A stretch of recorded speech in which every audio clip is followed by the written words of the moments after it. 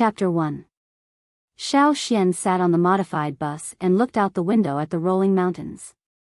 The summer solstice had just passed, and the mountains were full of vitality. After living in the city for a long time and seeing such scenery, his gloomy mood due to his career not going well was much better. Originally, Xiao Xian planned to call a few friends to go on a long trip to relax, but he didn't expect to meet Shi, his old classmate from the same hometown who studied archaeology, and was dragged to go with him. This trip was to a relatively remote mountain village. It was said that something from the Stone Age had been discovered there.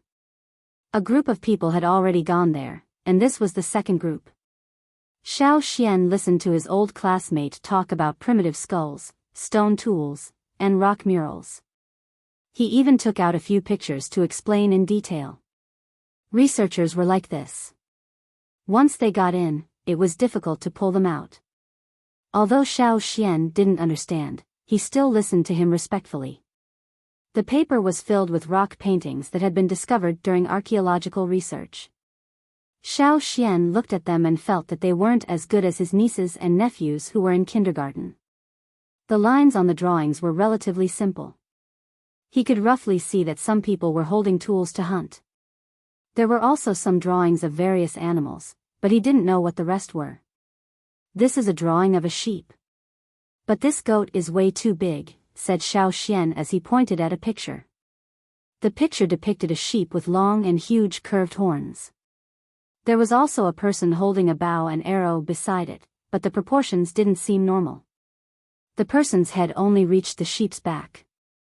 The next few pictures were the same. The rabbit's body proportions were similar to a lion's. There was also the picture of a horse on the left. The horse's tail was drawn too short. Of course, not every picture had the same proportions. The rock murals of different periods found in different provinces and regions had different styles. There were some at the back that were drawn close to reality. In the picture, a group of people hunting with dogs could be seen. Flipping further back, there were a few color prints that could be seen even more clearly. This picture is even more exaggerated. The antlers are too big. And this person, the person in the picture just now only reached the sheep's back, but the person in this picture is actually only a little taller than the deer's legs. And what's that at the bottom right corner? An 8-legged crocodile? Xiao Xian really couldn't appreciate the style of primitive people. Primitive humans might not have paid much attention to this aspect. Shi explained. So what you're saying is that the primitive humans didn't use realistic proportions when they painted, but instead used exaggerated techniques? Xiao Xian asked. Probably. Shi scratched his head. After all, the humans of that time period didn't pay much attention to aesthetics. It might have been purely a symbolic meaning. Just like how a researcher once speculated when he was researching a certain rock painting, the humans of that time drew these paintings of hunting on the cave walls or rocks. It might have been for the sake of letting the hunting warriors take a look before the tribe hunted so that they could have a plan in mind. Or perhaps there were some rituals that we don't know about. Especially those paintings drawn by witches. A witch. Xiao Xian imagined an old faker dressed in an unusual way. Hey, what's with that expression of yours? Let me tell you, witchcraft might not have a low status in the human community at that time. On the contrary, it might be quite high. I know, a faker. Xiao Xian nodded. Shi waved his finger and brought over a folder. There were some scanned copies of drawings inside. He pointed at some of the drawings and words and said to Xiao Xian, if the totem consciousness is a manifestation of a person's personification of nature and their collective unity, then witchcraft is a manifestation of a person's impersonation of nature. The profession of witchcraft actually appeared as early as the Stone Age. Shi talked to himself about the research progress of the profession of witchcraft from ancient times to the present. He used professional terms and even quoted classics, making Xiao Xian's head hurt. Xiao Xian didn't know much about this aspect, nor was he interested. If it weren't for this old classmate from his hometown who studied archaeology, Xiao Xian wouldn't have known about this at all. In the past, when he heard people talk about archaeology, he would immediately think of those expensive antiques. However, Shiqi's research direction was even more antique than antiques. It was so ancient that not many people were interested in it. A few days ago, he heard the radio discussing whether Darwin's theory of evolution was correct or the hypothesis of extraterrestrial creation was correct. Xiao Xian had nothing better to do, so he listened to it. After listening to it, he put it aside and didn't think about it anymore. On the contrary, Xiao Xian knew that this childhood friend of his was very interested in ancient humans. When he was in middle school, he would often discuss with others about the ancient human remains that had been unearthed but mysteriously disappeared in modern history. You won't understand if I talk about the professional stuff, so let's talk about something simpler. Here. Shiqi used his finger to point at a picture and pointed at a certain place on the picture. Witchcraft is mentioned in inscriptions and bronze inscriptions, but it's like this. Xiao Xian looked at the place Shiqi was pointing at. It was a symbol that looked like the word work crisscrossed. In some of the unearthed ancient pottery clam heads, this kind of double work symbol appeared on them. Speaking of which, witchcraft also involved hunting, praying, rescuing, and other aspects. From a certain perspective, witchcraft could be considered scientists of that time. However, these are all speculations. Even if there are some records from ancient times, they might not be true. After all, people at that time loved to exaggerate. Isn't there a saying, history will never have the truth? Archaeology only excavates some corners. As for the real situation, who knows? The cave that was discovered this time is also related to witchcraft. It's the last few pictures you saw. The first batch of people who went there returned with the rock paintings.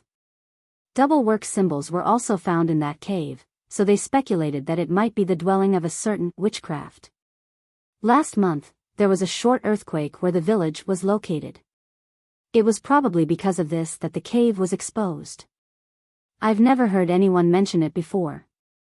Speaking up to this point, Shiqi closed the folder and carefully looked around. Seeing that his mentor and other fellow apprentices weren't paying attention, he lowered his voice and mysteriously said to Xiao Xian, I heard that the first person who discovered the cave was a child. Moreover, according to the news from a fellow apprentice, the child who discovered the cave saw a strange watermelon-sized bug crawling out from the stones of his courtyard wall. The child was bold, so he followed the bug. In the end, the bug disappeared into the cave, and the child went back to tell the adults. Only then was the cave discovered.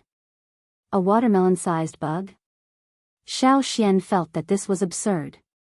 Anyone who heard this for the first time would feel that it was too fake. That child lied? Shiqi shook his head. What's even stranger is that according to the first batch of people who went there were fossils of ancient creatures in the stones used to build the courtyard wall. Speaking up to this point, Shiqi paused, rubbed the goosebumps on his arms, and continued, the child who discovered the cave pointed out that there were fossils of ancient creatures in the stones where the watermelon-sized bug emerged. However, it wasn't complete, only a damaged part. However, according to the speculations of professionals, if that creature was still alive, it could indeed be as big as a watermelon. Moreover, its appearance wasn't too far off from what the child described. It sounds quite mysterious. However, only the child saw it. Didn't the others see a bug crawling out from their own walls? Xiao Xian was a bit interested. Shiqi shook his head. I don't know. I'll ask when we get there. In any case, we're almost there. When the group arrived at their destination, it was already 11:00 in the afternoon. Xiao Xian followed Shiqi and the others to eat a simple lunch before returning to the bus. Shiqi and the others were already impatient. They didn't rest after eating and planned to start work immediately. Shiqi had already told Xiao Xian about the things he needed to pay attention to. What things he couldn't touch, where he couldn't go, who he could look for if he needed help, etc. Xiao Xian already had a plan in mind. I'll tell you when we're done today. You can walk around first. The scenery here isn't bad. There are green mountains, blue skies, and clear water. After staying in the smoggy city for so long, you should come out to wash your lungs. After saying that, Shi took his tools and followed his instructor. Xiao Xian couldn't follow them, nor did he have much interest in following them. Xiao Xian was the only one left in the bus. Once the doors and windows were closed, it was rather quiet. These past few days, Xiao Xian hadn't slept well. On the way, he had only listened to Shi's narration. Now that it was quiet, he felt sleepy. When he woke up again, it was already 2:00 in the afternoon. Xiao Xian was just about to go out for a walk when he saw Shi, who was wearing work clothes, come over. He got on the bus to pick up a document. After that, he still had to rush over to the other side to continue working. However, before getting off the bus, Shi took out a stone the size of an egg from his pocket and tossed it to Xiao Xian. I picked it up in the cave. I saw that no one paid much attention to it, so I took it. It shouldn't be anything important. I can't give it to you as an antique. In any case, this stone is from the cave, and it looks quite glossy. Someone probably threw it there. I'll give it to you as a keepsake. This stone was near the entrance of the cave, but it was still some distance away from the core of the cave. The stone's quality was clearly different from the other excavated items, and it didn't have any markings. Therefore, the first batch of people who came over had placed their focus on the antiques and rock paintings from the Stone Age. No one paid attention to this stone near the entrance of the cave. Xiao Xian caught the stone that was tossed over and carefully examined it in his hand.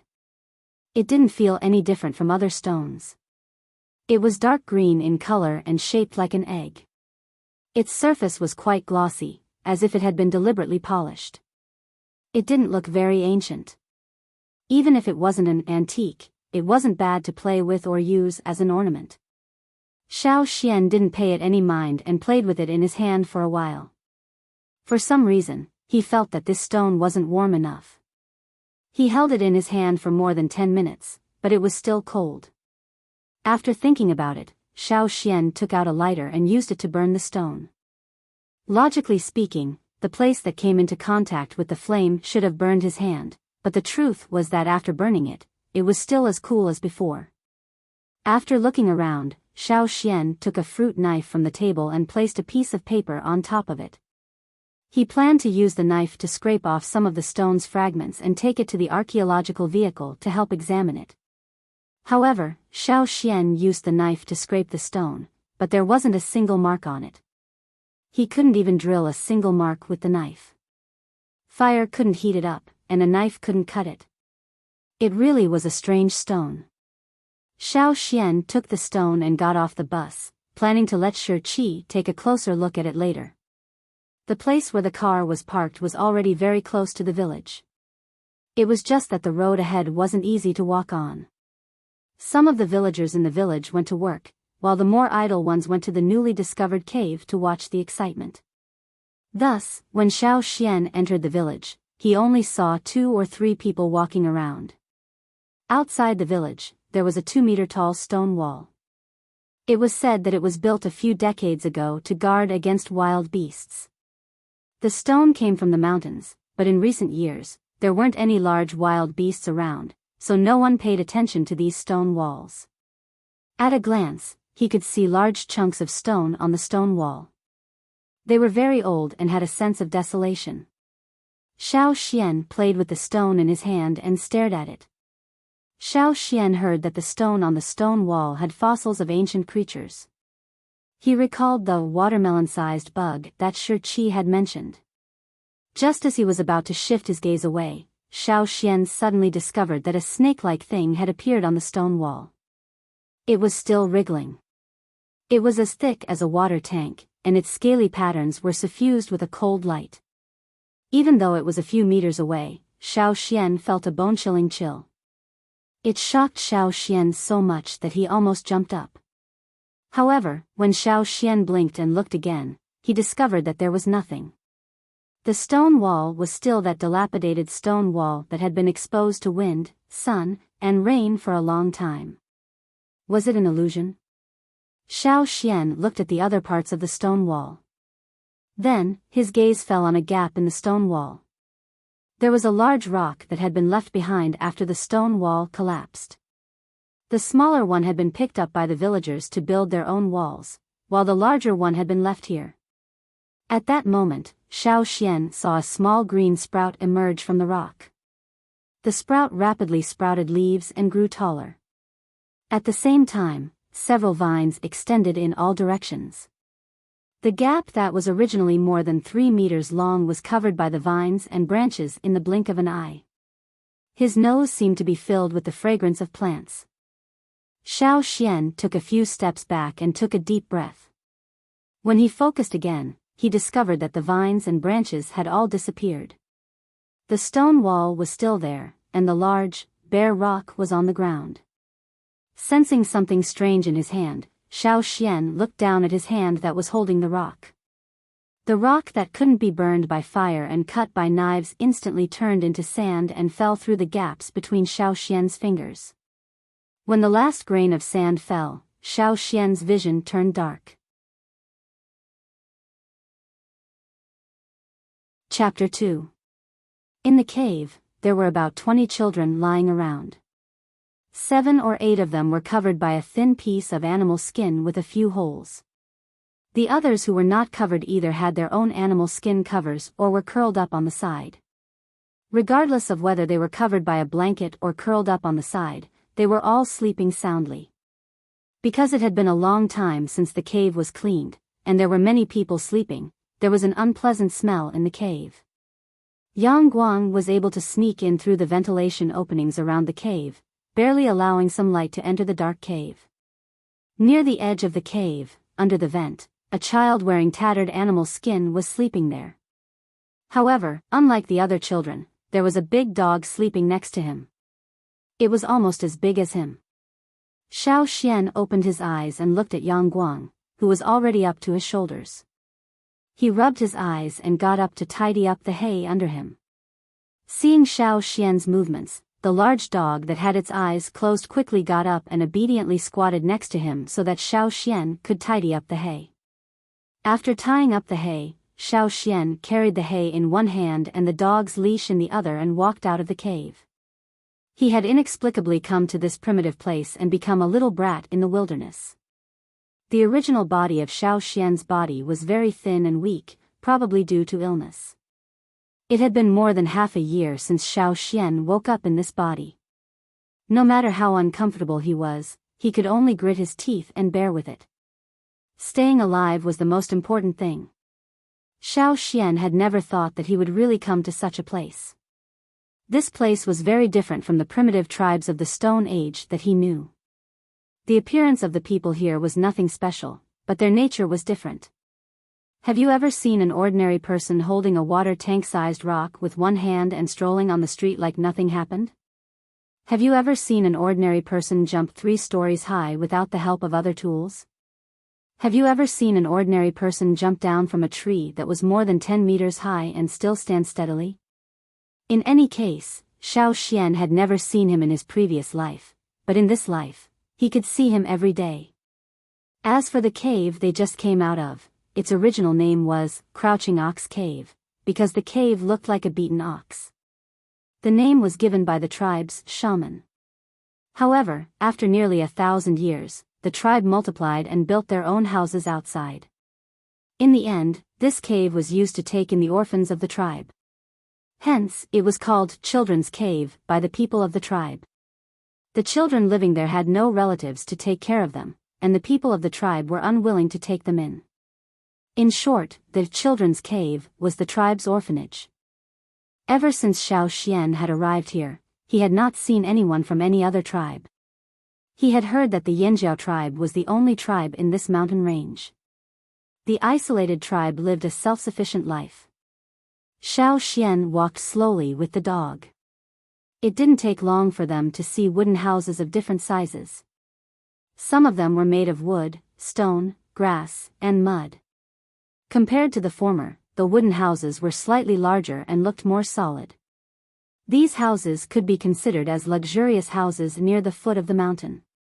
Whether it was the wooden houses or the wooden and stone luxurious houses, in Xiao Xian's eyes, they were unbelievably simple and crude buildings. However, after staying here for so long, Xiao Xian longed for a wooden house of his own. Unfortunately, it was not possible at this stage. At this time, some people had already come out to work. The men had already taken out their stone tools to polish so that it would be convenient for them to bring their stone knives out the next time they went hunting. The women also had their own jobs, such as sewing animal skins and drying food. When Xiao Xian passed by, many people's eyes drifted in his direction. They were not looking at Xiao Xian, but at the creature that Xiao Xian was holding. Their eyes were filled with greed and desire, and they swallowed their saliva.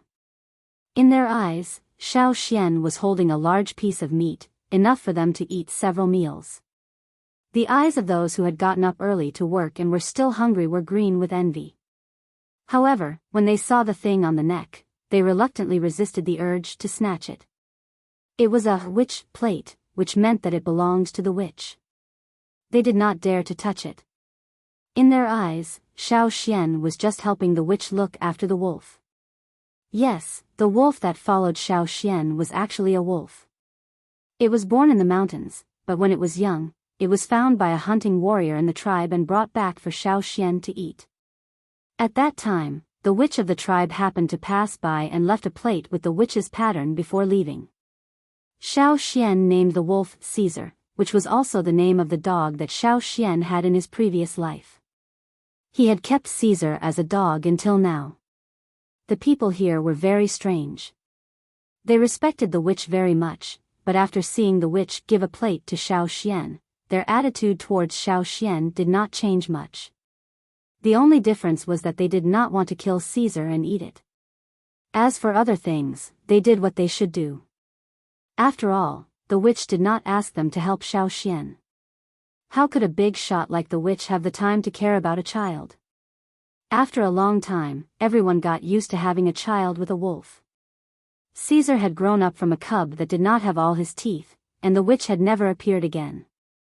However, what puzzled the people in the Mountain Foot district was, why did Xiao Xian call Caesar a dog?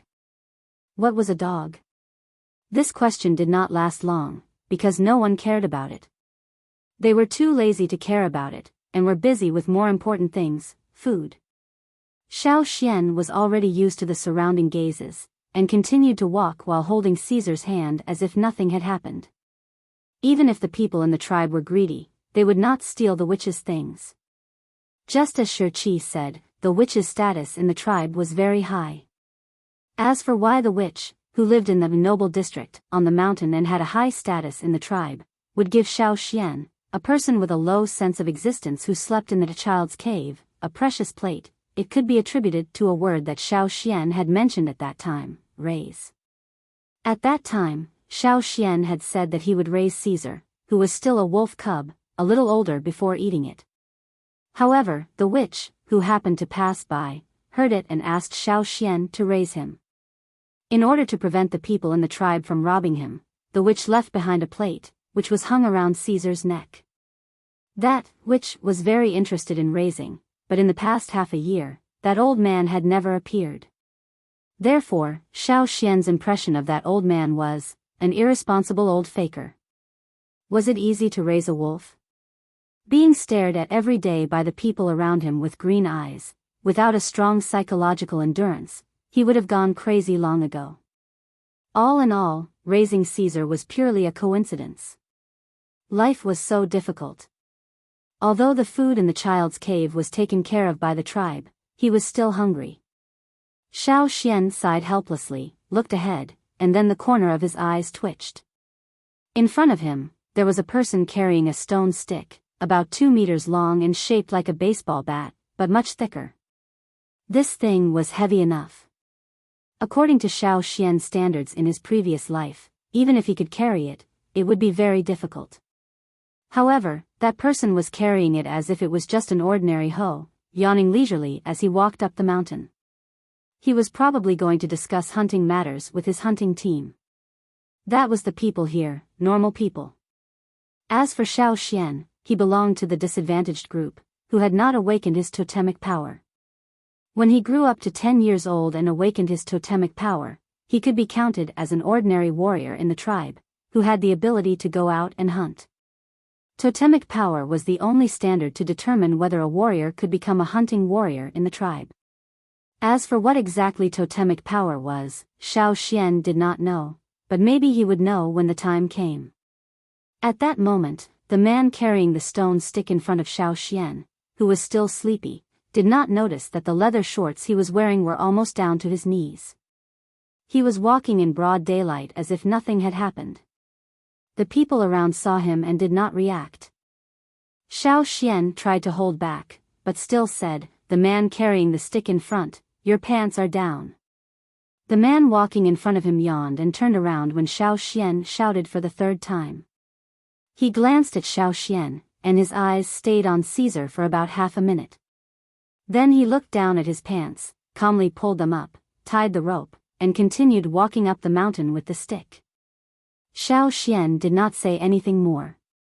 For the people in the tribe, etiquette, justice, integrity, and shame?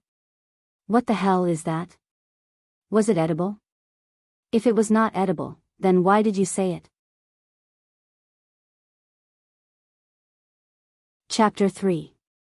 Xiao Xian's destination was not to go all the way up the mountain, but to the back of the mountain along a gravel-strewn road. When they arrived at the other side of the mountain, they raised their eyes and looked into the distance. What entered their eyes was an endless stretch of forest. Among them, there were several bare hills with few plants, which were used by the warriors of the tribe for training.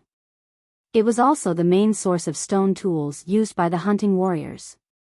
The stones there were not suitable for plants to grow, but it was a very good place for training. Xiao Xian was now standing on a gravel field.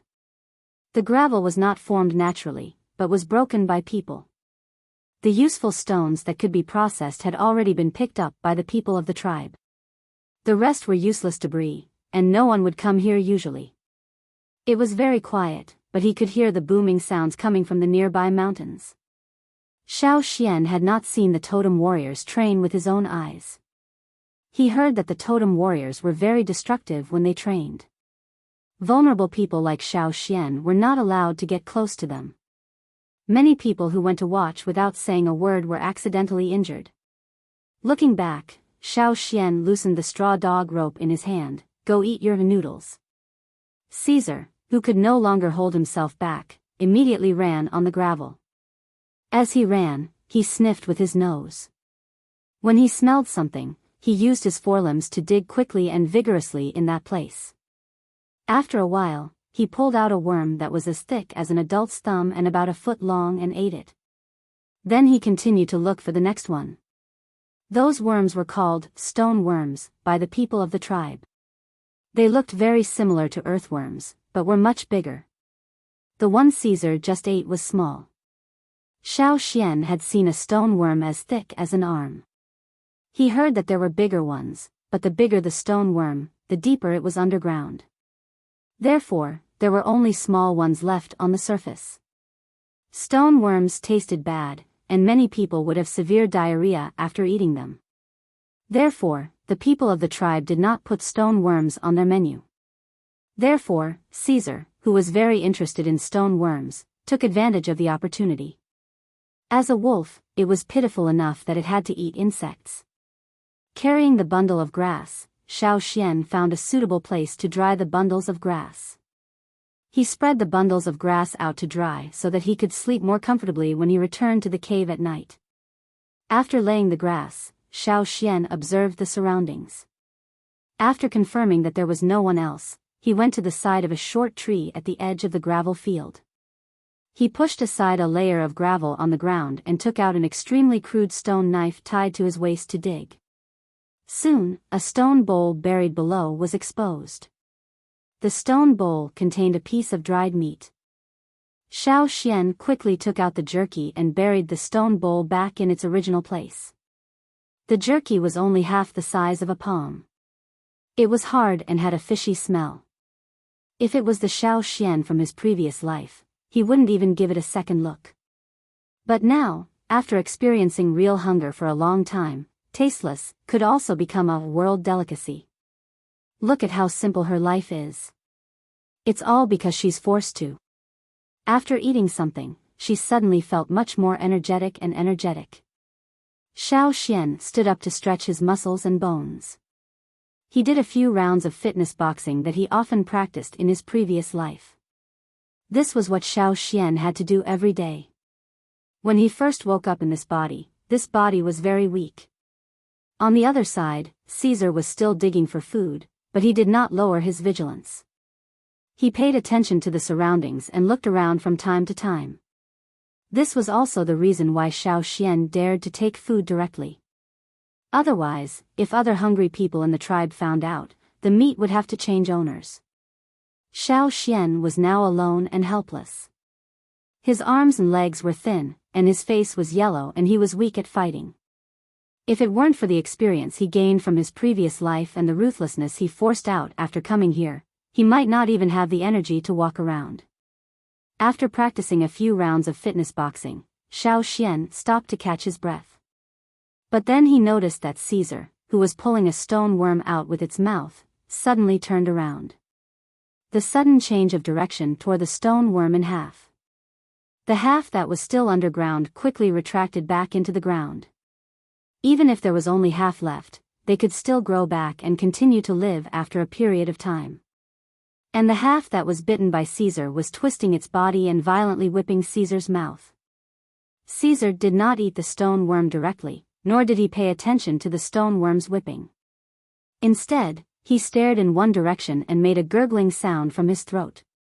This was a reminder to Xiao Xian that someone was coming. Caesar did not directly bare its fangs. Xiao Xian knew that the person who came should be someone he knew. Staring in that direction, Xiao Xian soon heard a very soft sound, like the wind blowing through the leaves on the ground. Gradually, a figure appeared in Xiao Xian's field of vision. It was a very tall and burly man, wearing simple clothes made of animal skin. The animal skin was of good quality and was only stained with a layer of stone chips. There were a few scars on the man's face, which added to his murderous aura.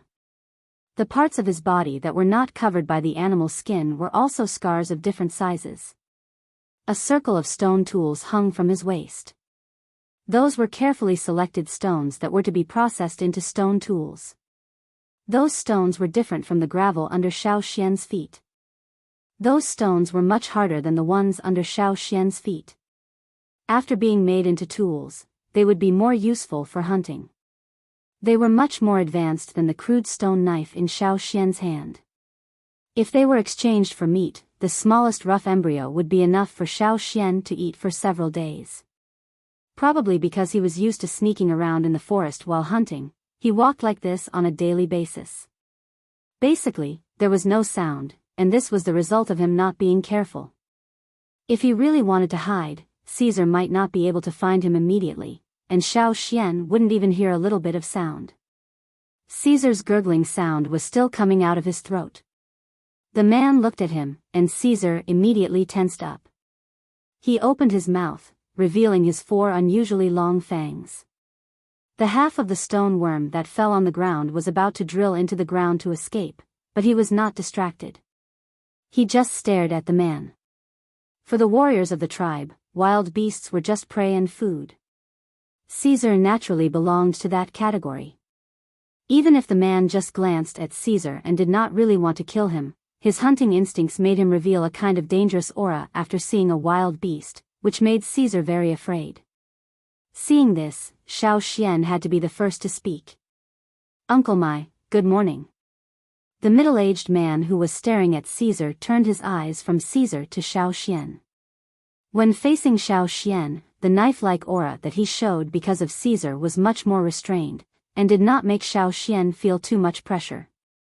In fact, most of the warriors in the tribe would not be too harsh when facing young children, unless those children provoked them first. Mai looked at Xiao Xian, and then looked at the marks left by Xiao Xian's fists and feet from the gravel floor. There was a smile in his eyes, but because of the scars on his face, his ferocious face did not soften much. Xiao Xian knew that Mai was kind, and was not as scary as he looked. Moreover, Mai and the father of this body used to be in the same hunting group, and had helped Xiao Xian a lot. Xian, you came out so early. It's good to practice in advance. Mai said. People in the tribe did not have surnames, and most of them had single-character names.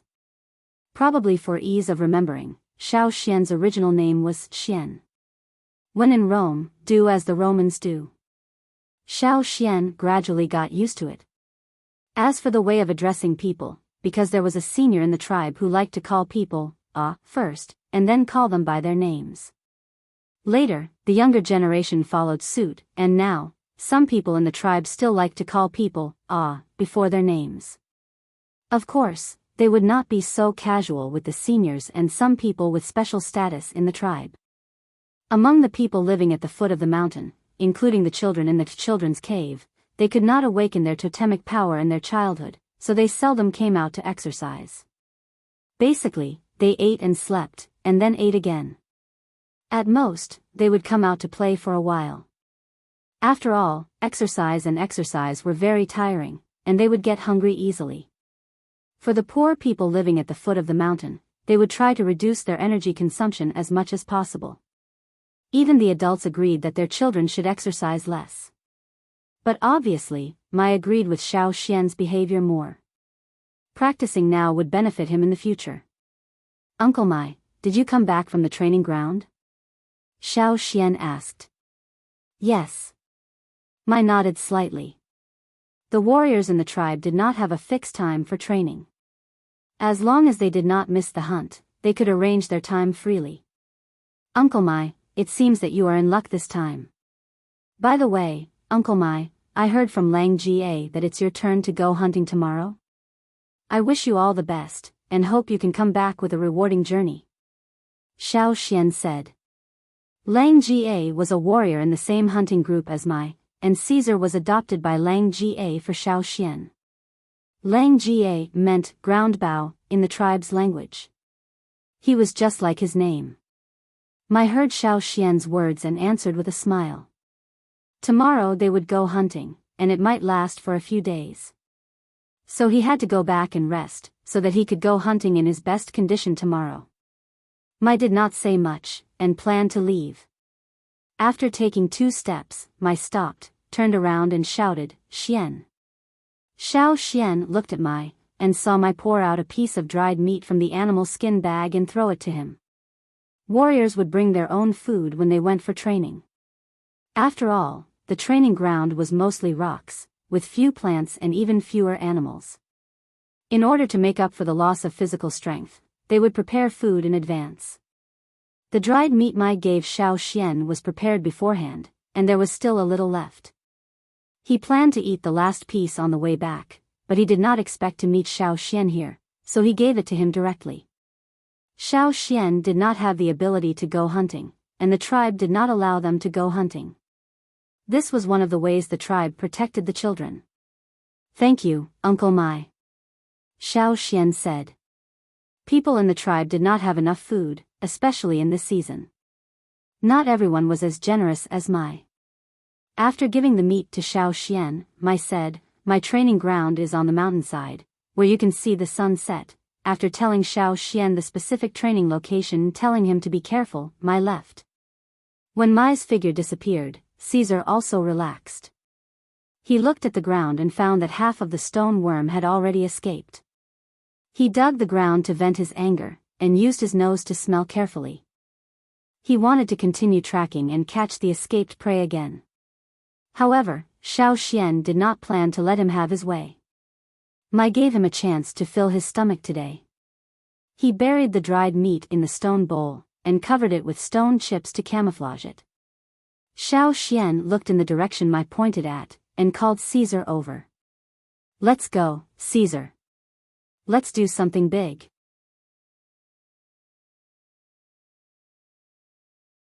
Chapter 4. Since it was where most of the stone tools were produced in the tribe, there would naturally be a lot of stones suitable for processing. However, it was also where the totemic warriors trained, so naturally, the totemic warriors would have the first choice. After them, the weaker ones like Xiao Xian would go there to pick up the leftovers. Pick up the leftovers sounded shabby, but it fit the current situation.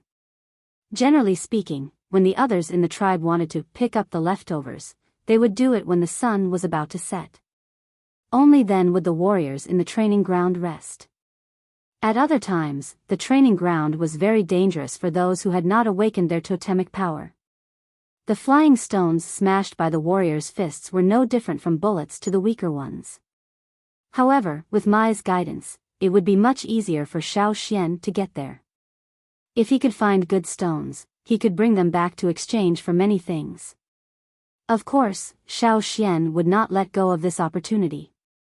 Xiao Xian led Caesar along the path that Mai had pointed out to him.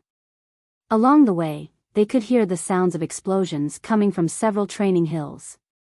There were also some flying stones falling down, and bigger stones rolling down from other hills. If Mai had not told them the safest path in advance, it would have been much more dangerous to walk in this place. Xiao Xian casually brushed his messy hair, shook off some stones, and continued walking. Mai's training ground was close to the top of the mountain. The training ground of the totemic warriors here was not paved with smooth paths, so it was more difficult to climb up the mountain. By the time he reached the top, Xiao Xian's arms, palms, and feet were bleeding. Xiao Xian did not care about the wounds on his body. He would be fine after resting for 2 days. If he could find good stones, it would all be worth it. It took a lot of effort. If he had not eaten in the morning, Xiao Xian would not have had the strength to climb up the mountain. Stones of different sizes and shapes lay on the uneven ground. On the opposite side of the stone wall, there were some holes of different depths. There were traces of digging tools at the edges of the holes. Xiao Xian speculated that there were originally harder stones embedded here, but Mai dug them out and took them back to make hunting stone tools. Many very hard stones were not widely distributed on the mountain. Instead, they were formed in chunks. Some were on the surface of the mountain, while others were buried deep within the mountain. It was impossible for the warriors to split the mountain apart. Therefore, whether or not they could find the stone embryo they wanted depended entirely on their own luck. That was why Xiao Xian had said that Mai had good luck coming to the training ground this time. In addition to those holes, there were also some palm and fist prints on the stone wall. This was where Mai trained. The totem warrior's fists were really hard.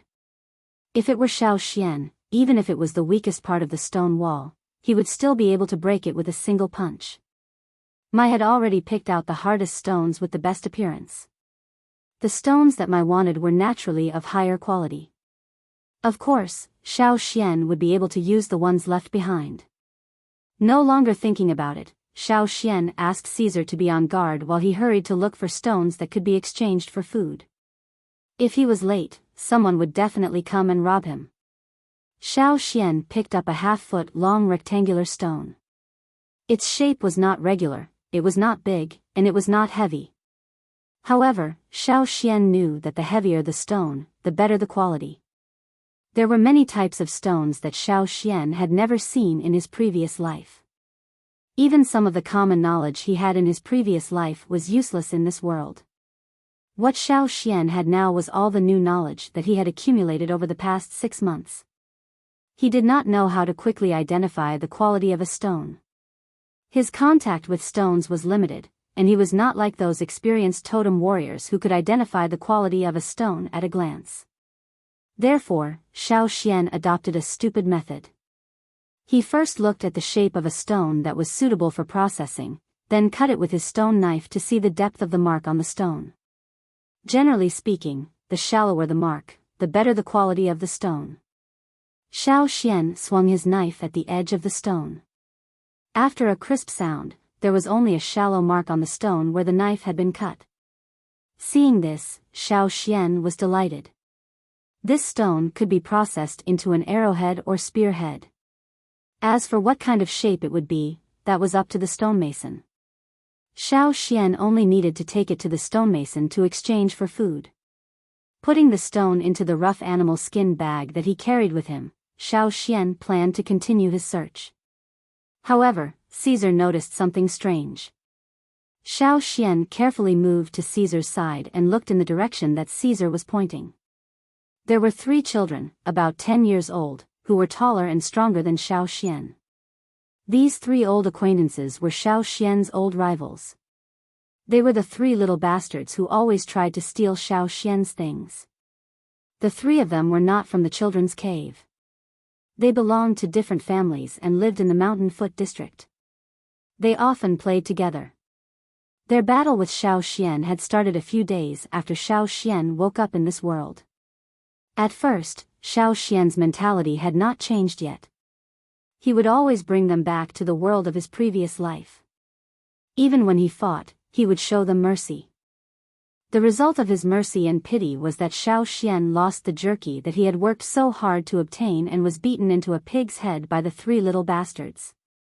Later on, Xiao Xian slowly changed. Just like the first day when he woke up and saw the children in the cave with wolf-like eyes, Xiao Xian's attitude and mentality towards them also changed. During the period of recuperation, Xiao Xian reflected deeply. After that, when Xiao Xian fought with them, he did not show them mercy. The rules of the tribe forbade them from killing each other, but as long as they were not beaten to death or disabled, no one would say anything. The people living in the mountain foot district had long been accustomed to such barbaric rules. Xiao Xian did not know what kind of special race the people in the tribe were. Although they looked no different from the people in his previous life, this race had a very strong recovery ability. After being beaten badly, they could walk again after 2 or 3 days of rest. After 1 or 2 months, they would still be as lively as a tiger. This was also why the people in the tribe did not care about this level of fighting. In their eyes, it was just a small matter, not as important as preparing food. As for the 3 children, Xiao Xian was not as tall or strong as them, and he did not eat as much as them. What could he use to fight with them? Fighting against many with few people also required strategy and hard work. Xiao Xian pressed Caesar's head down. Seeing Caesar still baring his teeth at the 3 children walking towards them, Xiao Xian pinched his mouth and said, "Wait." Looking around, Xiao Xian chose a hidden place to hide the stones in the animal skin bag that he had just picked. Then he quietly moved behind the stone wall and said to Caesar, "Later you will deal with wild." Do you know wild? A warrior once said that many of the wild beasts living in the depths of the forest were very smart, and those who were not smart were more difficult to deal with. Caesar belonged to the relatively smart species. This was not the first time they cooperated with each other. Even if Caesar could not tell the difference, it did not matter who he was going to deal with. Xiao Xian had already decided on the guy named Sai, the number 1 bastard. Once he got rid of him, things would be much simpler. Caesar lowered his body and quietly hid behind the big stone. This meant that he understood Xiao Xian's intention. Quietly approaching, fiercely subduing, and trying to kill with 1 blow seemed to be the nature of wild animals. In hunting, they could always bring out this hidden nature, even if it was a wolf that was raised as a dog.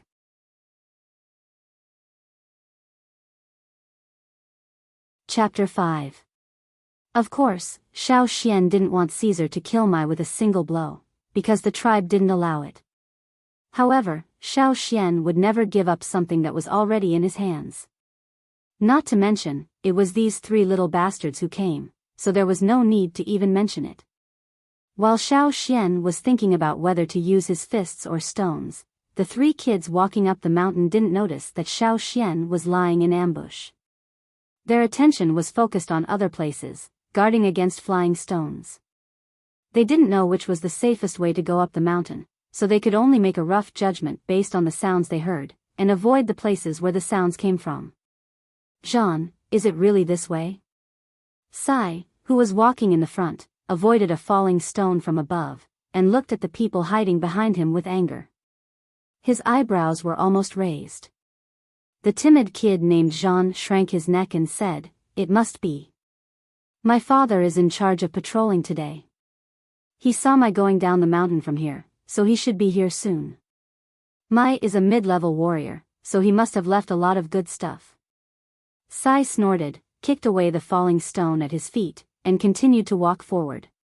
Seeing that the 3 kids were getting closer and closer, Xiao Xian held his breath, waiting for the best time. Xiao Xian didn't say much after they had cooperated for so many times. Seeing the right time, he made a gesture to Caesar, and then suddenly rushed to Sai. He clenched his right fist and smashed it at Sai's face.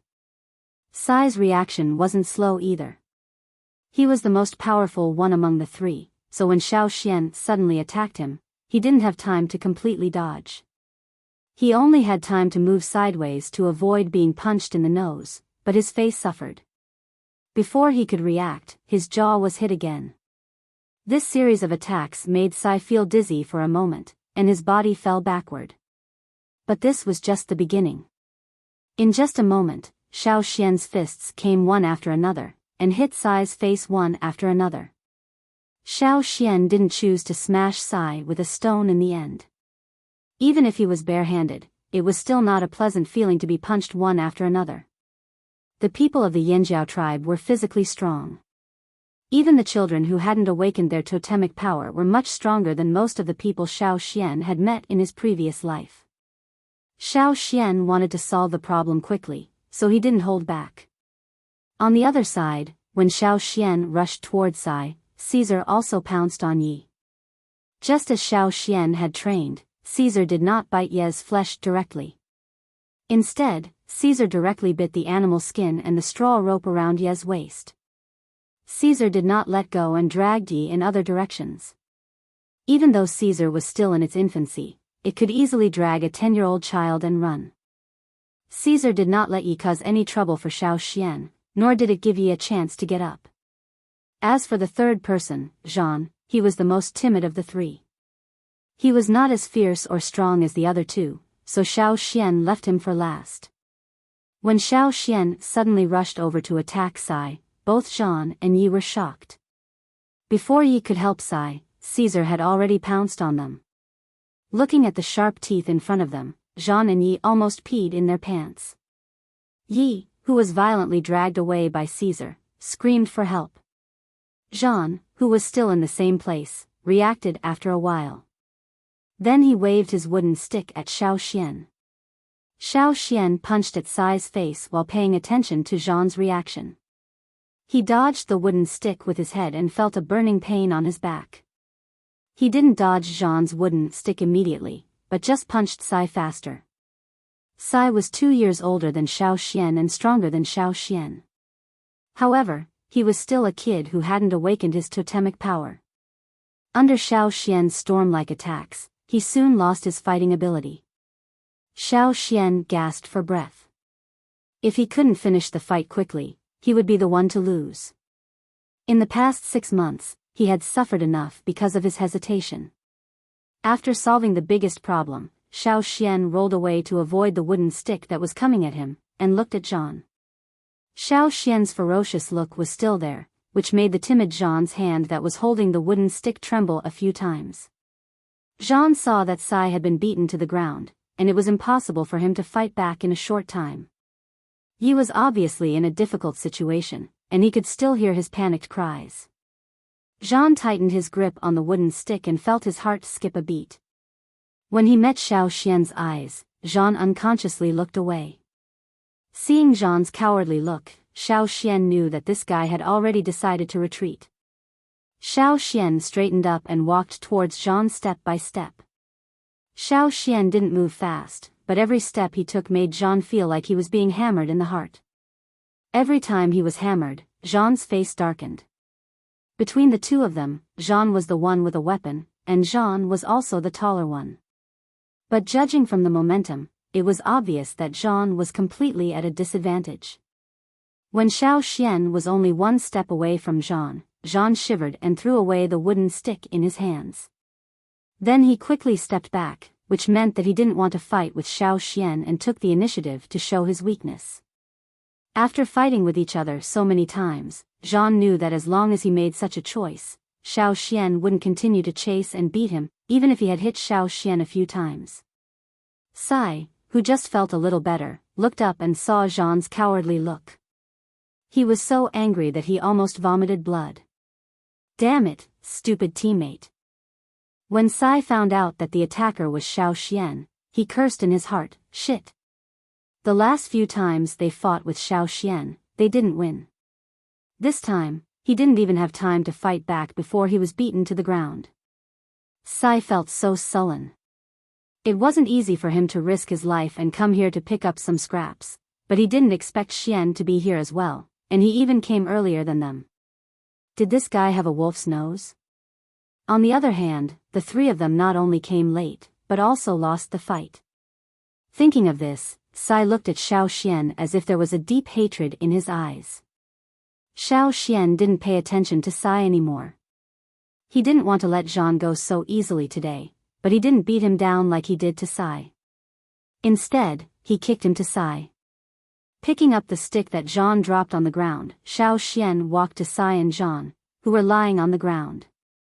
He weighed the stick in his hand and rubbed his fist, which was stained with Sai's blood, on the stick. Then, he looked at the two in front of him and smiled. Seeing this smile, Sai and Zhang felt a chill down their spines. They couldn't wait to run away, as if something terrible was going to happen. However, Sai was lying on the ground and couldn't stand up at all, while Zhang, who was sitting on the ground, quickly kicked his feet and tried to retreat. Xiao Xian bent down, holding the stick and waving it toward Sai and Zhang. His movement was sudden and neat. At that moment, Sai and Zhang felt that they had stopped breathing. They felt cold all over, and there was only the stick in their eyes. Crack! The stick hit the space between Sai and Zhang and broke instantly. The front part of the stick was broken, and the broken pieces of wood splashed on Sai and Zhang's faces, leaving some blood stains. Xiao Xian moved closer to the two who were stunned.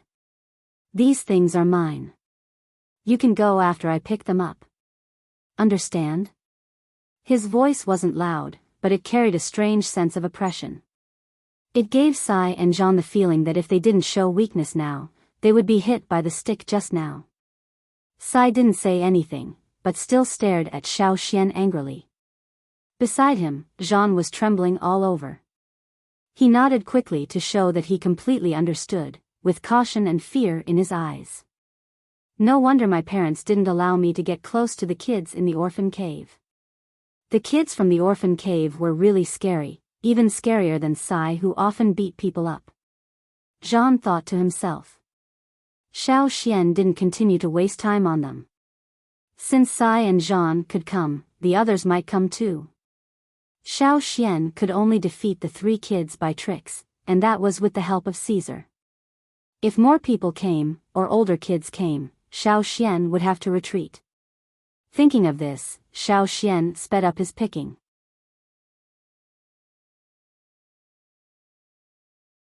Chapter 6. Sai, who was lying on the side, wiped his face. He didn't care about his swollen face and the blood coming out of his nose. Instead, he looked at Xiao Xian with hatred. He couldn't see clearly what Xiao Xian had picked up from the ground, but he was sure that they were good stones, which could at least be exchanged for food for a few days. Xiao Xian could feel Sai and Zhang's gaze, but he was used to it.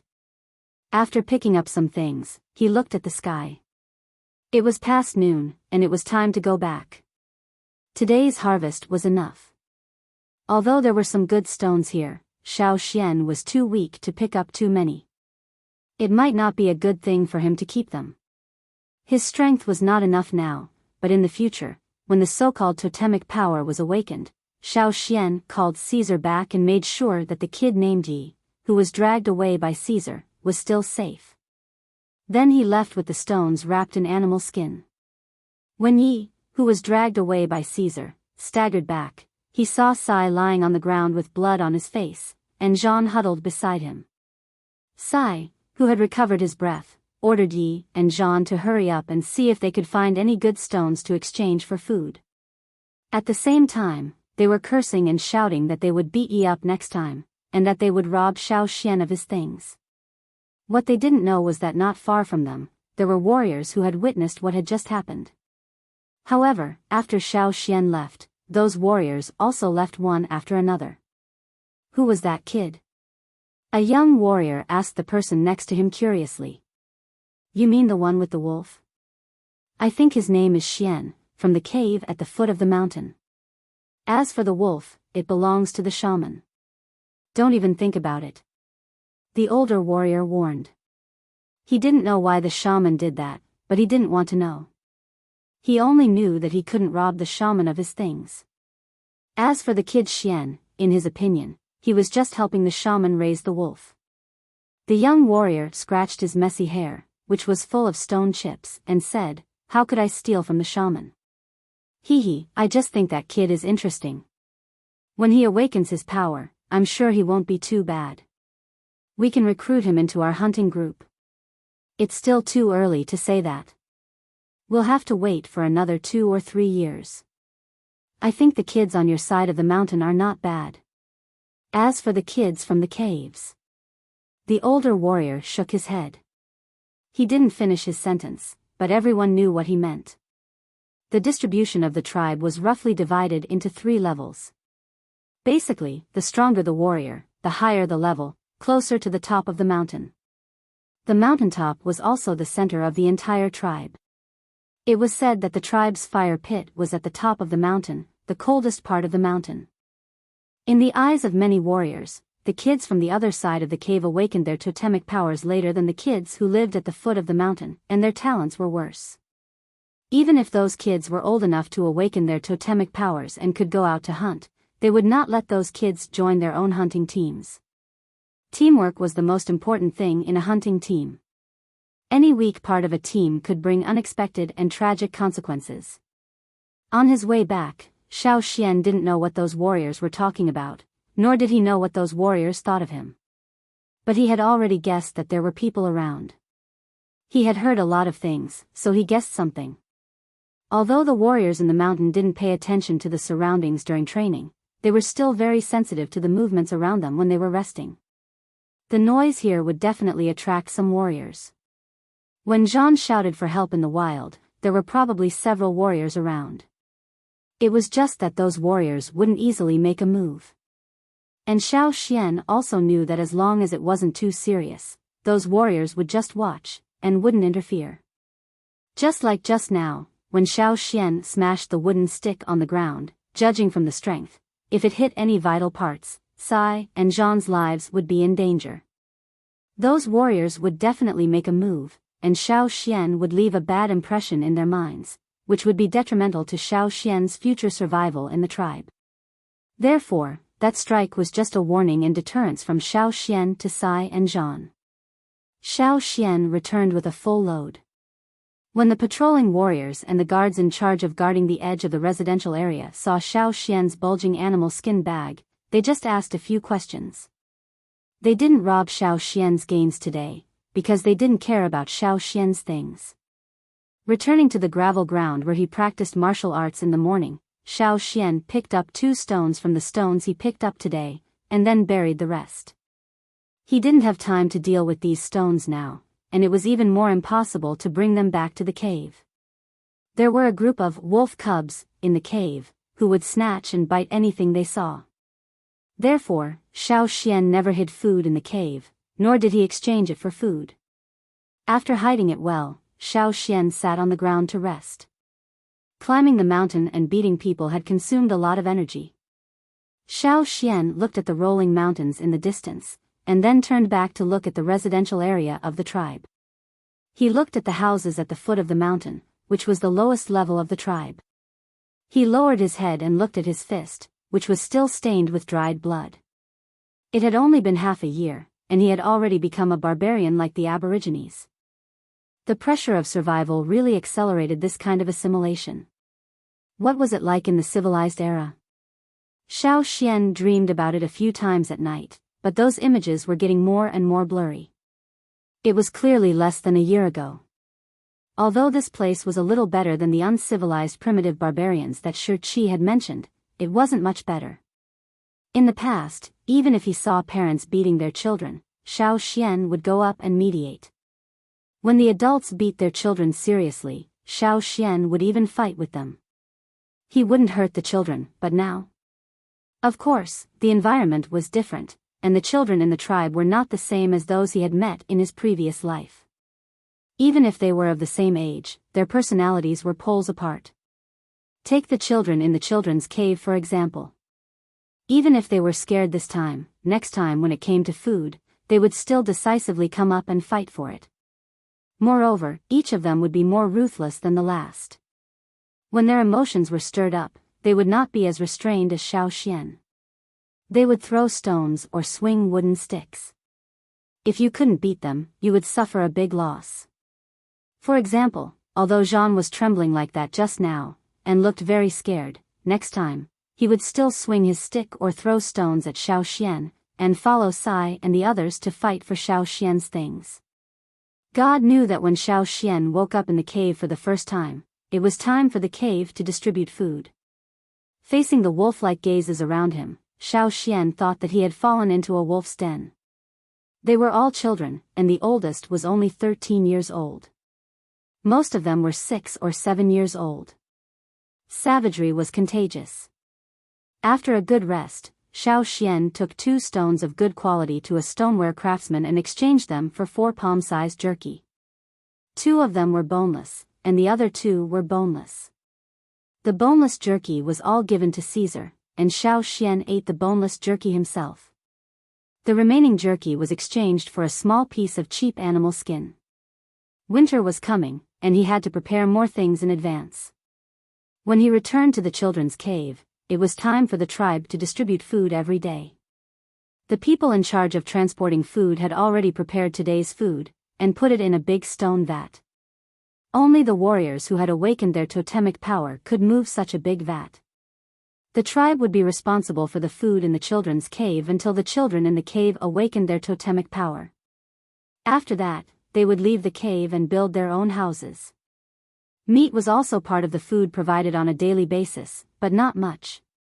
It was barely enough to sustain the basic life of the children in the cave. After all, it was not easy to hunt for meat. In addition to meat, most of the time, there were plants, such as the red hairy fruit that Xiao saw now. It was a kind of arbor tuber, brown-red in color. There were many thin roots on the outside of the tuber, which looked like fluff. The big ones were similar to the pumpkins that Xiao had seen in his last life, and the small ones were the size of an adult's fist. This fruit tasted like potatoes, and was easy to fill up. The only thing that troubled Xiao was the after-effect of this fruit. In terms of efficacy, the red hairy fruit had the effect of adjusting the gastrointestinal function, and dredging the intestinal qi. To put it bluntly, this fruit was good for ventilation. Also, the red hairy fruit had a special feature. If you ate only these red hairy fruits and did not eat any meat, the ventilation effect would be especially obvious. But if you ate some meat, the reaction would not be so strong. Most of the kids in the orphan cave only ate and slept. Their daily food sources were all distributed by the tribe. Only a few of them would go out to find ways to get extra food. That was why the air quality in the orphan cave plummeted every time they ate the red hairy fruit. That was the ecstasy. Xiao's face turned green. Hey, Xian. Ku, who was in charge of distributing food, trotted over when he saw Xiao. He handed a piece of cooked red hairy fruit to Xiao. It was quite big, obviously bigger than the ones given to the other children in the cave. Ku was one of the oldest children in the cave, 13 years old. Besides him, there were 2 other children who had reached the age of 13, but they were not as strong as Ku. Therefore, Ku had been appointed to be in charge of the cave, helping to distribute food every day. The advantage was that he could get more food, so he grew stronger, unlike the other children living in the cave. However, Ku didn't talk much with the other children in the cave. He was always outside during the day, and only came back when it was time to eat. He didn't talk much with Xiao either. Now he came over with a big piece of food. Why? Xiao looked at Ku, and took the red hairy fruit. Ku was in a good mood, and even a little excited. Xian, I'm going to the mountainside tomorrow, and I'll stay there for the whole winter. I'll leave the cave to you, said Ku. Xiao almost threw the red hairy fruit in his hand when he heard this. Ku didn't care about the things in the cave. He should let the older children take over. There were 2 13-year-olds, and several 12 and 11-year-olds. Why did he choose him, who was less than 10 years old? Ku didn't have the final say on who should be in charge, so Xiao Xian asked, "Who said so?" Ku pointed at the man who was in charge of transporting food every day. He was leaning against the stone vat, swinging his toes and picking his teeth casually. Looking at the children who were fiercely fighting for food, Xiao Xian really wanted to grab the man and ask, "Delivery man, are you fucking kidding me?"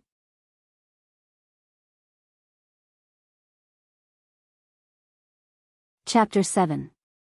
There were 27 kids living in the cave, including Xiao Xian. All of them were ferocious. How could Xiao Xian take care of them with his small arms and legs? Many kids in the cave wanted to take over Ku's position.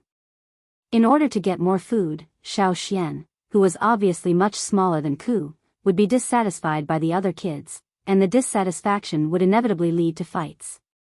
One word, troublesome. The middle-aged man who was responsible for delivering food to the cave was called Gu. He was not as strong as Mai, and he had lost an arm in a hunting mission.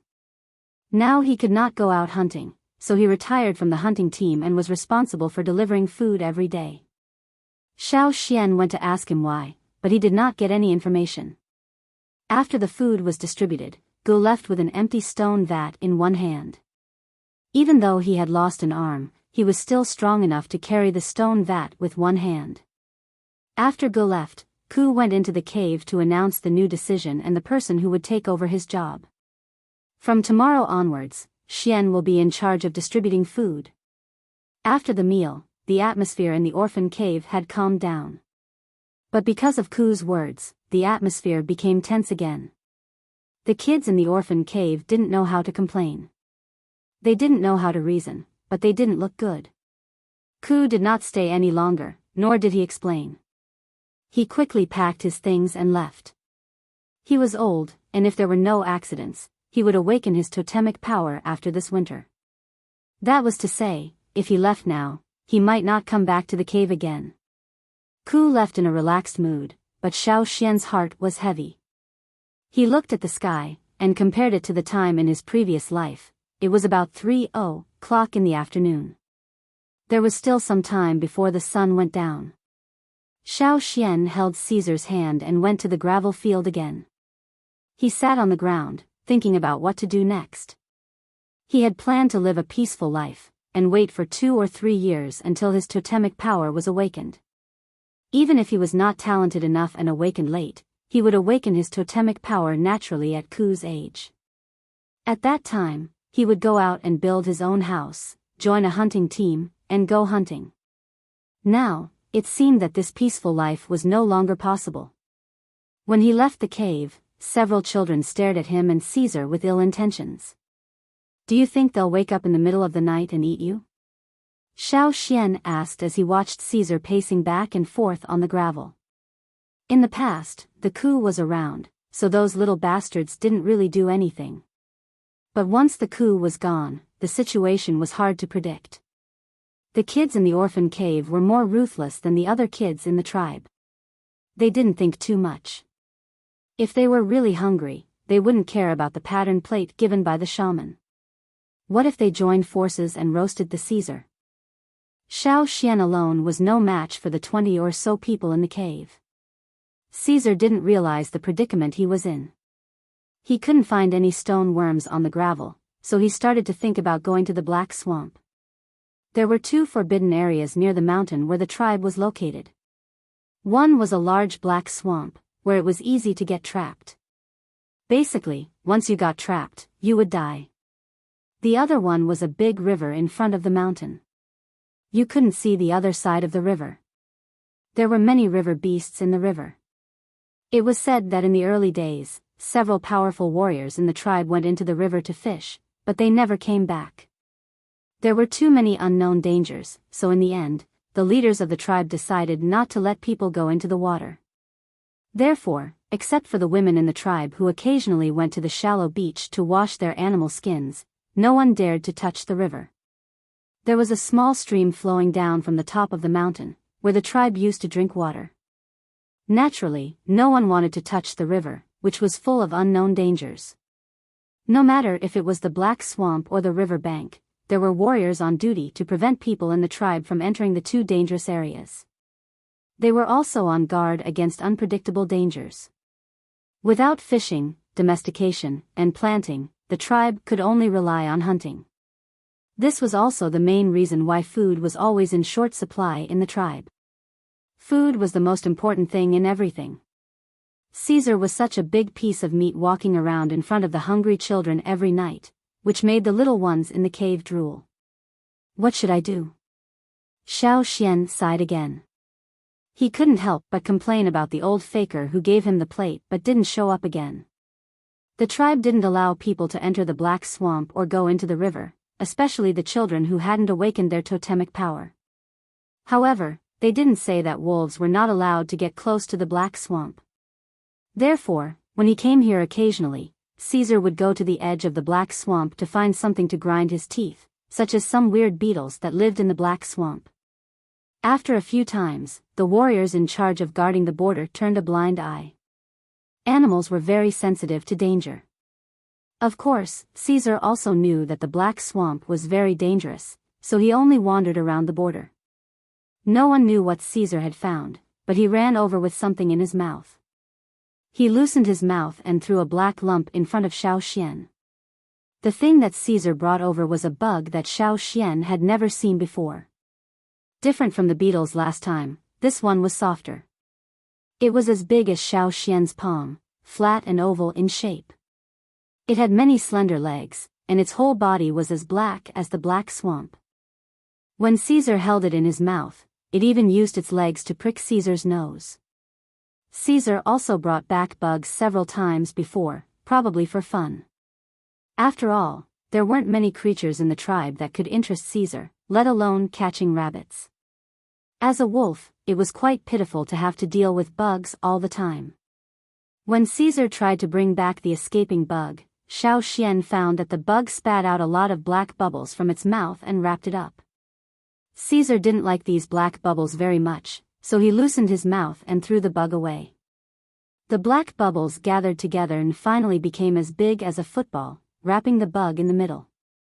Caesar circled around the ball made of black bubbles, but didn't bite it.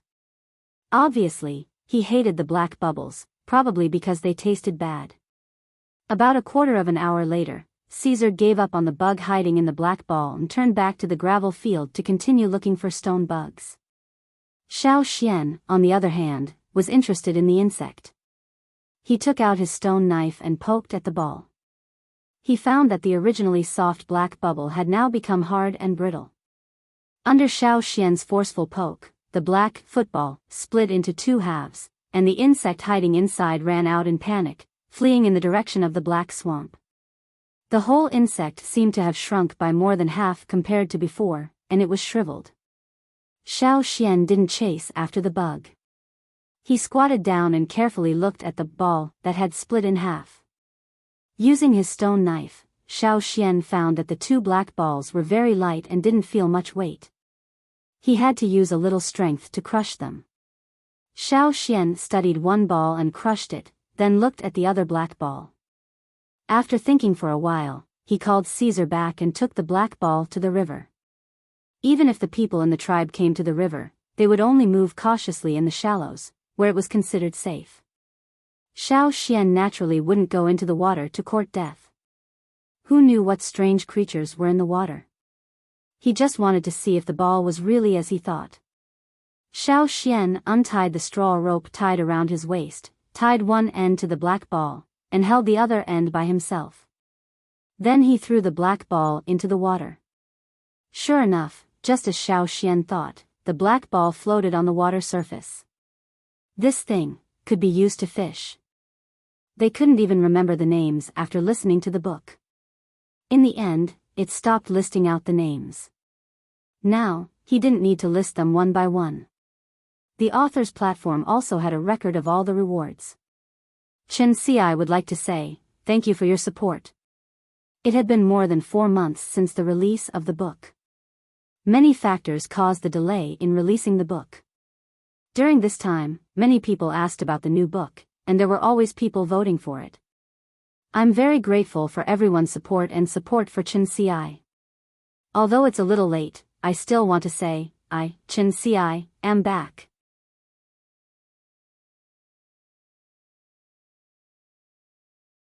Chapter 8. Xiao Xian used the black hemisphere as a fishing float. Xiao Xian had tried using wooden blocks before, but it didn't work. Just like what the people in the tribe said, it worked in the diving area near the shore, but in the deeper areas, the wooden blocks would sink after being placed on the water surface for a while. Something would pull them down. Since this kind of black block was the swamp worm's life-saving method, it should also have a certain repelling effect on the creatures in the river that like to catch floating things. Without a fishing hook, and temporarily unable to find a stone hook to replace the hook, Xiao Xian had no choice but to directly tie a stone worm. It would be great if there were carnivorous fish in the water that were interested in stone worms. In his previous life, he used earthworms to fish, but in this life, he didn't see any earthworms, so he tried to use a stone worm instead. The people in the tribe said that the creatures in the water were very fierce, so they shouldn't care about such a simple bait. Without a hook, Xiao Xian didn't plan to catch a fish now. If the fish in the water ate stone worms, Xiao Xian could make a special hook tomorrow. The stone worm was just dug up by Caesar and tied to the end of the straw rope, but this was only temporary. If the stone worm was resistant to water, it would still slip away from the straw rope after a long time. Without enough tools, he could only try like this.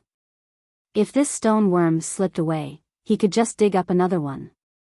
The black hemisphere used as a fishing float was tied about half a meter away from the end of the rope. Xiao Xian didn't plan to explore the deep waters. Standing by the shoal, Xiao Xian threw out the bait and the black hemisphere. Bearing the weight of the straw rope and the stone worm, although the black hemisphere sank a little, it still floated steadily on the water surface. Xiao Xian looked at it and judged what might happen under the water.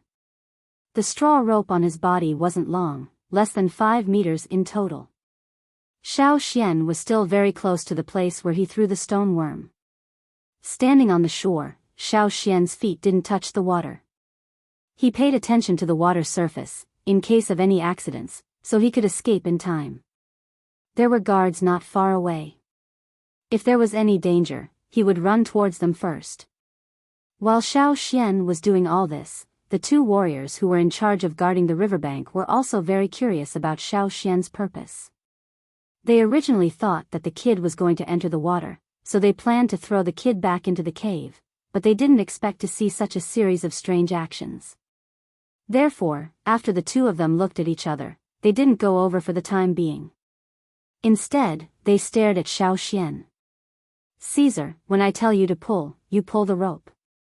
Xiao Xian placed the other end of the rope in Caesar's mouth while he held the middle part. After waiting for a while, there was still no movement in the water. Xiao Xian thought to himself, are there no fish in the water near the shoal? Or was the thing in the water not interested in the stone worms? Before he could finish his sentence, the black hemisphere that was attached to the surface of the water abruptly sank.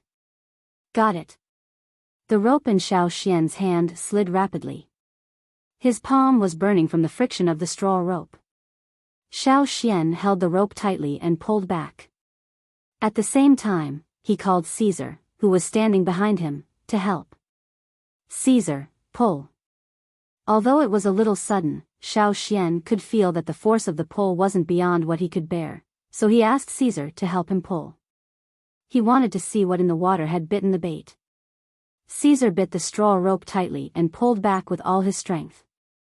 After dragging so many people, it wasn't like he had never pulled a rope before. The 2 warriors standing not far away became nervous. They had never been in the water before. Even if they came to the riverbank, they would only wash their animal skins in the water. They wouldn't take a step into the water. During the summer, they had seen huge river beasts appear on the surface of the water in the distance. In addition, there were bloody stories about this river passed down from generation to generation in the tribe.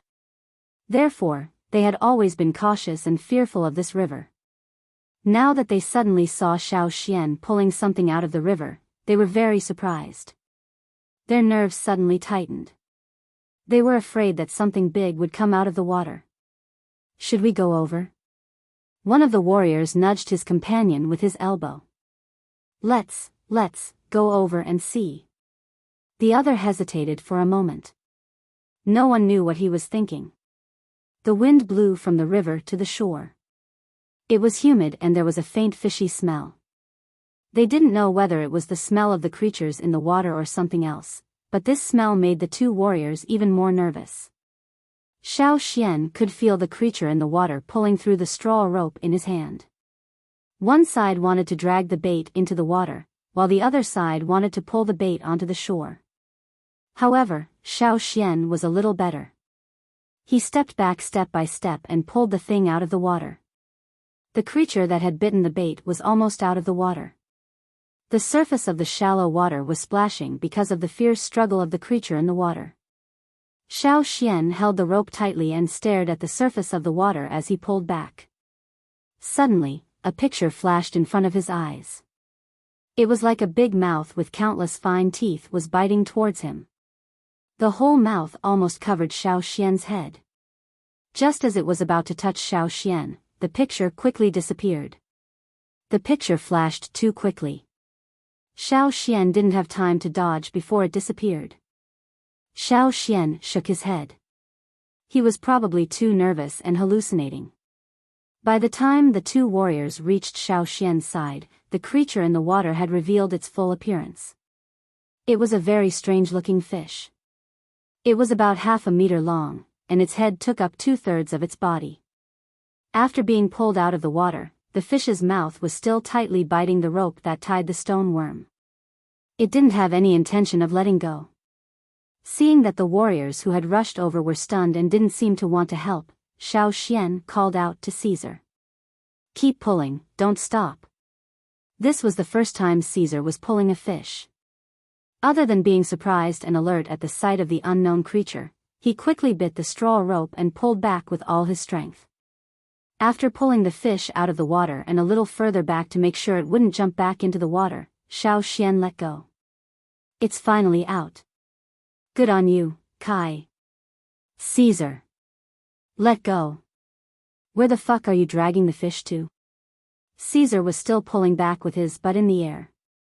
As he pulled, he let out a low growl.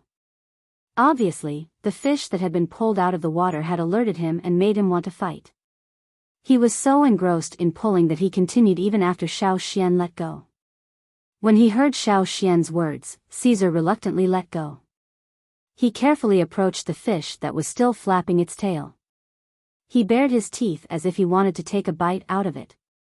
It was only a few steps from where Xiao Xian had first stood to where he had thrown the stone worm. The place where he had thrown the bait was supposed to be less than a person's depth. He didn't expect there to be such a ferocious fish in shallow water. Look at its big mouth, full of fine teeth, and it wouldn't let go of the bait. After it was pulled out of the water, it still flapped its tail vigorously and struggled violently. It looked like it wouldn't give up until it tore off the bait. One of the warriors who had come over used a spear that was either made of stone or had a spearhead to pierce through the fish. He used a lot of strength and the spear was very fast. The spear directly pierced through the fish's body and nailed it to the ground on the shore.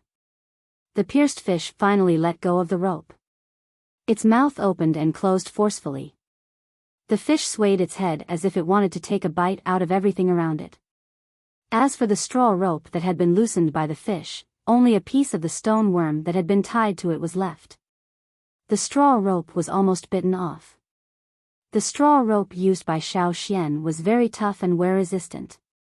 He had woven it himself and often used it to tie things up. It had been used for a long time without breaking, so it was very durable. He didn't expect that the straw rope would be bitten off in such a short time.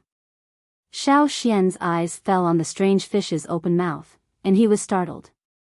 The most obvious part of the fish's head was its big mouth. In the mouth of the strange fish, countless fine sharp teeth could be seen. With such a proportion in teeth, it seemed that the fish was born to bite and kill. If it hadn't been for Caesar's help, Xiao Xian wouldn't have been able to pull it out of the water so quickly. If the nearby diving areas were full of fish like this, people would have been bitten off as soon as they entered the water. This was only one of the fish species. There might be more terrible things in the water. No wonder even the totem warriors in the tribe didn't want to go into the water. Xiao Xian shuddered at the thought of what would happen to the children in the tribe if they went into the water. Moreover, when he was pulling the rope, the scene that flashed in front of his eyes seemed to be this fish's mouth full of fine sharp teeth. Xiao Xian stared at the fish's mouth. He thought of the illusion he saw in front of the stone wall in the remote mountain village at the end of his previous life. The two warriors next to him saw Xiao Xian staring at the fish's mouth in a daze. They thought that Xiao Xian was scared and didn't dare to get close to this ferocious-looking creature. It was the first time for Xiao Xian to see this kind of fish, but one of the two warriors had seen it before. Before I awakened my totem power, I followed my father to the river. I saw this kind of prey once. The shaman said it was called a fish. There are dangers everywhere in the water. At that time, a woman washing animal skins by the river had her arm bitten off. My father stabbed one to death with a spear. Saying this, the warrior glanced at Xiao Xian. He didn't expect that Xiao Xian would be able to pull the fish out of the water without going into the water. That year, his father risked his own life to go into the water and save the woman who was dragged into the water. Unfortunately, half of her arm was gone when he rescued her. After that, the women in the tribe didn't come to the river to wash animal skins anymore. They had no choice but to come to the river to get water when the river narrowed during drought. When Xiao Xian came back to his senses, the fish was already dead. The warrior who stabbed the fish pulled out the spear and took the fish from the spearhead. He held the fish's tail and handed it to Xiao Xian. Here you go, this is your prey. Good job. You will become an excellent warrior in the future. After thinking for a while, the warrior said, You'd better stay away from the water. Other than the fish, there are many dangerous things in the river. You won't be so lucky every time. However, half an hour later, Xiao Xian, who was thought to be not so lucky every time, used the same method to pull out a bigger fish from the water. The two warriors were speechless.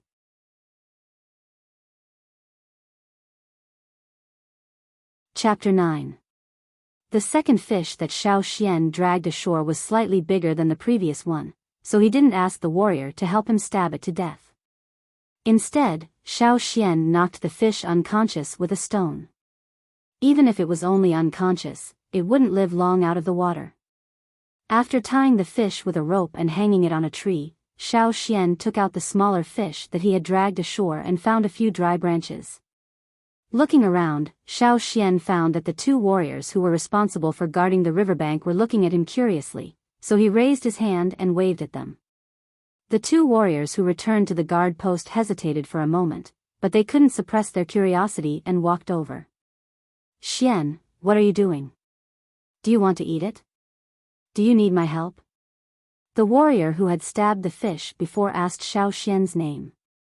They were both afraid and curious about the fish, but now that the fish was dead, their fear was gone, leaving only the curiosity of a hunter for a new prey. Let me do it. Weren't you in charge of killing it? The other warrior pushed the former away, took out a stone knife, and grabbed the fish.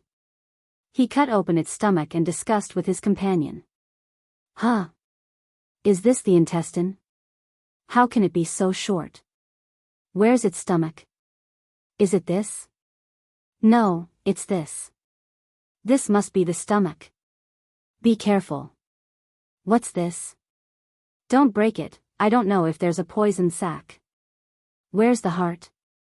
Move the knife forward a little bit. Hey, can you do it? The fish has lost so much blood, it's not stable. If you can't do it, I'll do it. The two warriors were discussing enthusiastically. Xiao Xian, who was standing next to them, was twitching his face. Were they hunting warriors? Was he actually a freakish forensic doctor? They were two extremely curious anatomical enthusiasts.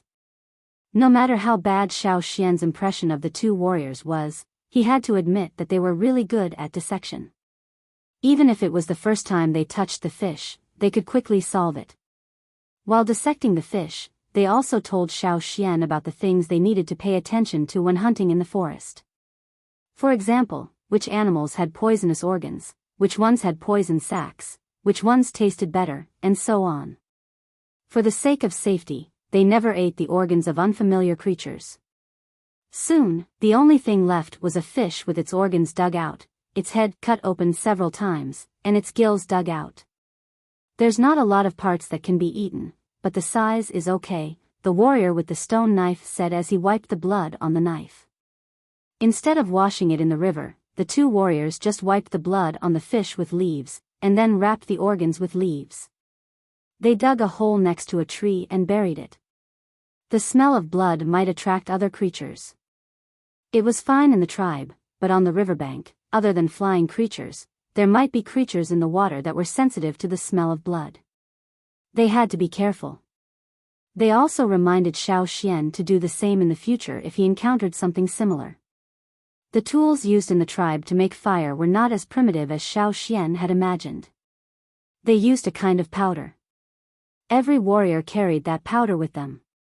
When they wanted to make a fire, they would take out a spoon-shaped stone tool and a stone pestle. They would put a little powder into the spoon-shaped tool and grind it quickly with the stone pestle. Soon, the powder would burn, and the spoon-shaped tool would become a small torch to light the hay and branches. The first time Xiao Xian saw Gu, who was in charge of transporting food, lighting a fire, he was very surprised. Originally, he thought that a tribe like this would use wood drilling or flint, but he didn't expect that they had such a convenient and fast tool. The children living in the cave did not have such a fire starter. They had to wait until they became warriors and left the tribe. Sometimes when he looked at this tribe, Xiao Xian felt a strange contradiction, as if the technology they had mastered was not in line with the development of the tribe. Although he was confused, Xiao Xian did not think too much about it. After roasting the fish, one of the warriors tasted a little. After making sure it was okay and tasted good, the 3 men and 1 wolf shared the fish. The food was not enough for the 2 warriors, and Caesar was not keen on cooked food, so he lost interest after eating a little. Only Xiao Xian was satisfied with the food. After eating the fish, the 2 warriors asked for the fish bones, saying that they wanted to keep it as a souvenir. Xiao Xian thought they wanted to bring it back to show off to their hunting team members. After that, the 2 warriors continued to stand guard, while Xiao Xian took Caesar back to the cave, dragging the dead fish tied with a rope. It was getting dark, and some of the children in the cave had fallen asleep. The ones who were awake were trying to sleep, or waiting for Xiao Xian to come back. There was a bonfire in the cave.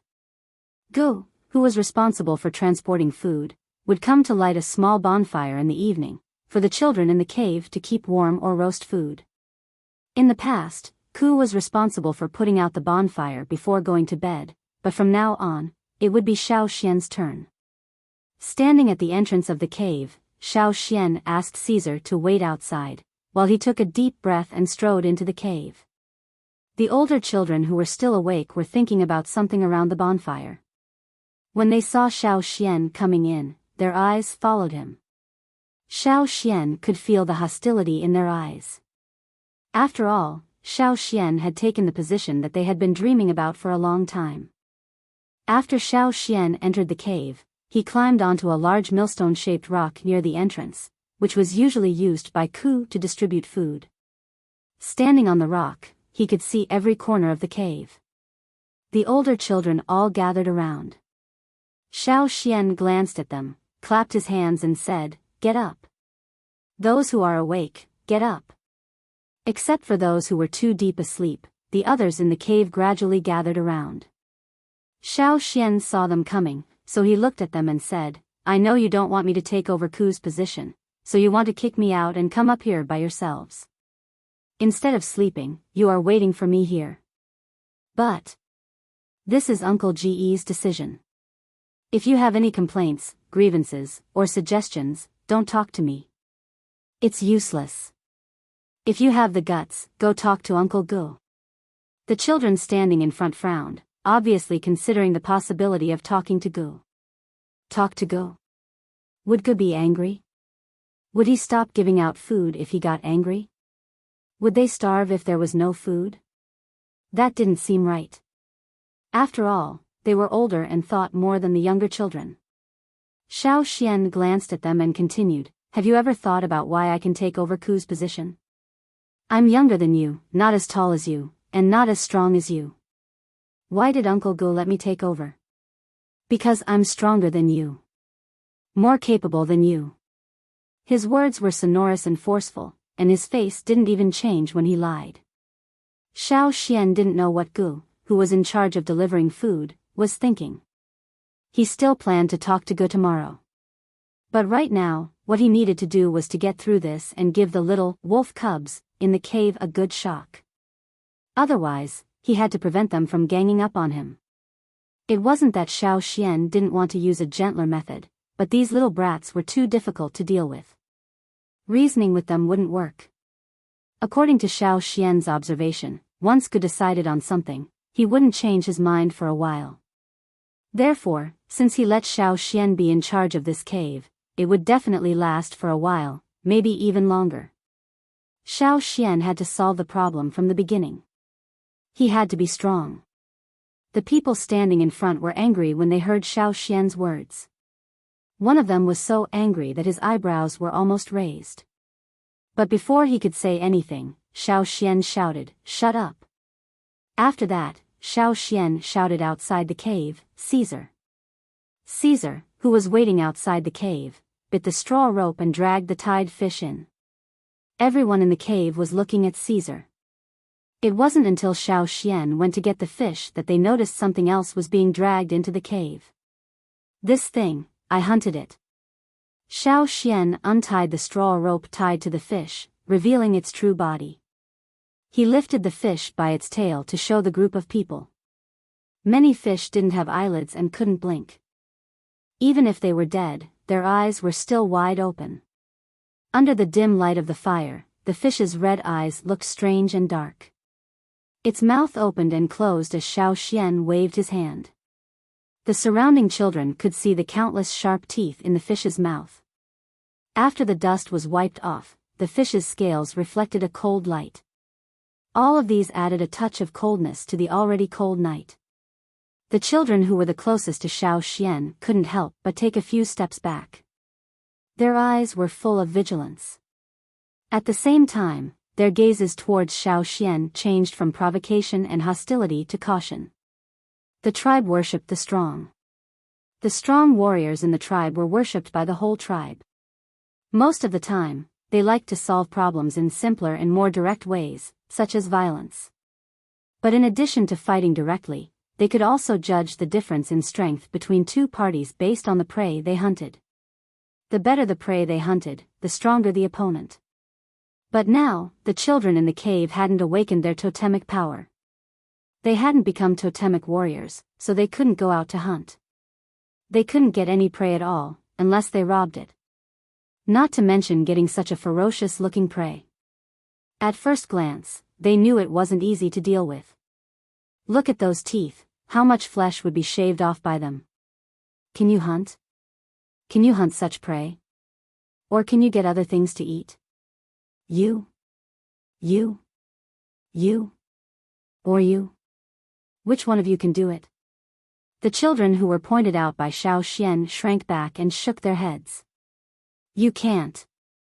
Since you can't, then suppress all your dissatisfaction and emotions.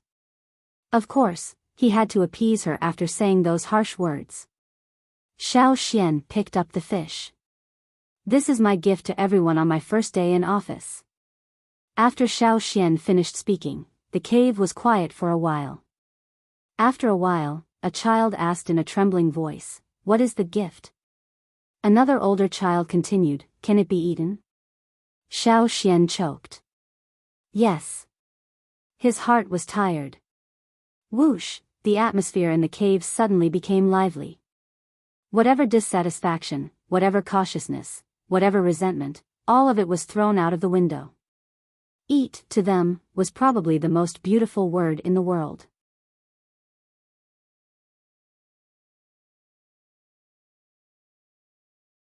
Chapter 10. Now Xiao Xian was at most a small cave master, and the people in the cave were all kids who were not so peaceful. Xiao Xian removed the internal organs and gills of the fish he brought with him. There was a special place in the cave for throwing garbage, so Xiao Xian threw it there directly. There were all kinds of leftovers, and every few days, the tribe would send people to clean it up. Except for the parts that couldn't be chewed, the rest of the fish was eaten clean, leaving only a broken skeleton and a mouth full of sharp teeth. The kids in the cave all fell asleep after eating the fish. Xiao Xian left a torch to extinguish the fire, and then took the torch to the depths of the cave to have a look. Originally, he planned to trade for some food and animal skins before winter came. Now that he had taken over the cave and found a way to fish, he wondered if he should bring some people to catch more fish tomorrow. The more food they stored, the more food they would have in the winter. After all, the food provided by the tribe was not much. The people in the tribe were now stocking up food before winter. Every day, people could see people making jerky to preserve food. If he could get more fish, not only would the situation in the cave improve, but he could also trade the fish for warm furs from the people in the tribe. Xiao Xian did not want to be frozen in the winter. Walking in the cave with the torch, Xiao Xian looked around with the help of the dim light. The last time he came here, it was not long after he came to this world. He walked around on a whim, and after that, he did not look into the depths. As the saying goes, a new broom sweeps clean. This is my territory, I am the master. The fire had to be burned, and the territory had to be replanned. In the early days, when the tribe was still small and there were only a few people, they all lived here. The cave was decorated with places to store food, firewood, furs, tools, and weapons, and there was even a toilet. But later, everyone went out to build houses, and the cave was used to raise the helpless children. Then it became messy, and many places were emptied. More than 20 children gathered near the entrance of the cave, so there was a lot of space left. There was also a vent in the depths of the cave, but because no one went in for a long time, it was blocked. Even during the day, it was still dark. After a rough look, Xiao Xian returned to the entrance of the cave, laid out the hay that was dried during the day, and extinguished the fire to go to sleep. But tonight, for some reason, he could not sleep. What happened in the cave, the fish in the river, and the illusion he saw during the day when he was fishing? As he thought about it, Xiao Xian felt a pair of eyes watching him, but he didn't know who it was. The fire was extinguished, and the cave was dark. The moonlight from outside shone in through the vent, bringing with it the dark blue of the night. The children in the cave were all asleep, and he could hear them snoring one after another. The entrance was the entrance was the entrance was the entrance of the cave was the entrance was the entrance of the cave. Caesar was sleeping quietly next to him. He didn't hear any strange noises, so there shouldn't be any danger. Was it that the head is staring at him? Shaking his head slightly, Xiao Xian wrapped himself in the animal skin coat, closed his eyes, and planned to sleep. Tomorrow, he would take these kids out to fish. However, not long after he closed his eyes, Xiao Xian seemed to see a black shadow flashing by. The shadow was so fast that Xiao Xian did not have time to see it clearly. Behind the shadow, there were pairs of eyes with a faint dark blue light. What was that? Xiao Xian was shocked, and suddenly opened his eyes. Everything was still the same as before. The cave was dark, and only the places where the moonlight shone in were a little dimly lit. Xiao Xian couldn't fall asleep at all. He turned over and saw the air vent on the wall above him. Usually, even at night, the vent would not be blocked, and there would be no trouble. After thinking for a while, Xiao Xian got up.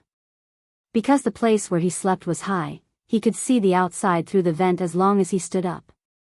There was moonlight outside, but it was brighter inside the cave, and he could vaguely see the nearby scenery. Outside the cave, there was a stone pillar about 5 meters high. It was built here in the early years, and its function was similar to a sundial. The people who lived in the cave would judge the approximate time by the shadow of the stone pillar under the sun. Now that the people in the tribe had left, the children who lived in the cave would carve on the stone pillar when they went out.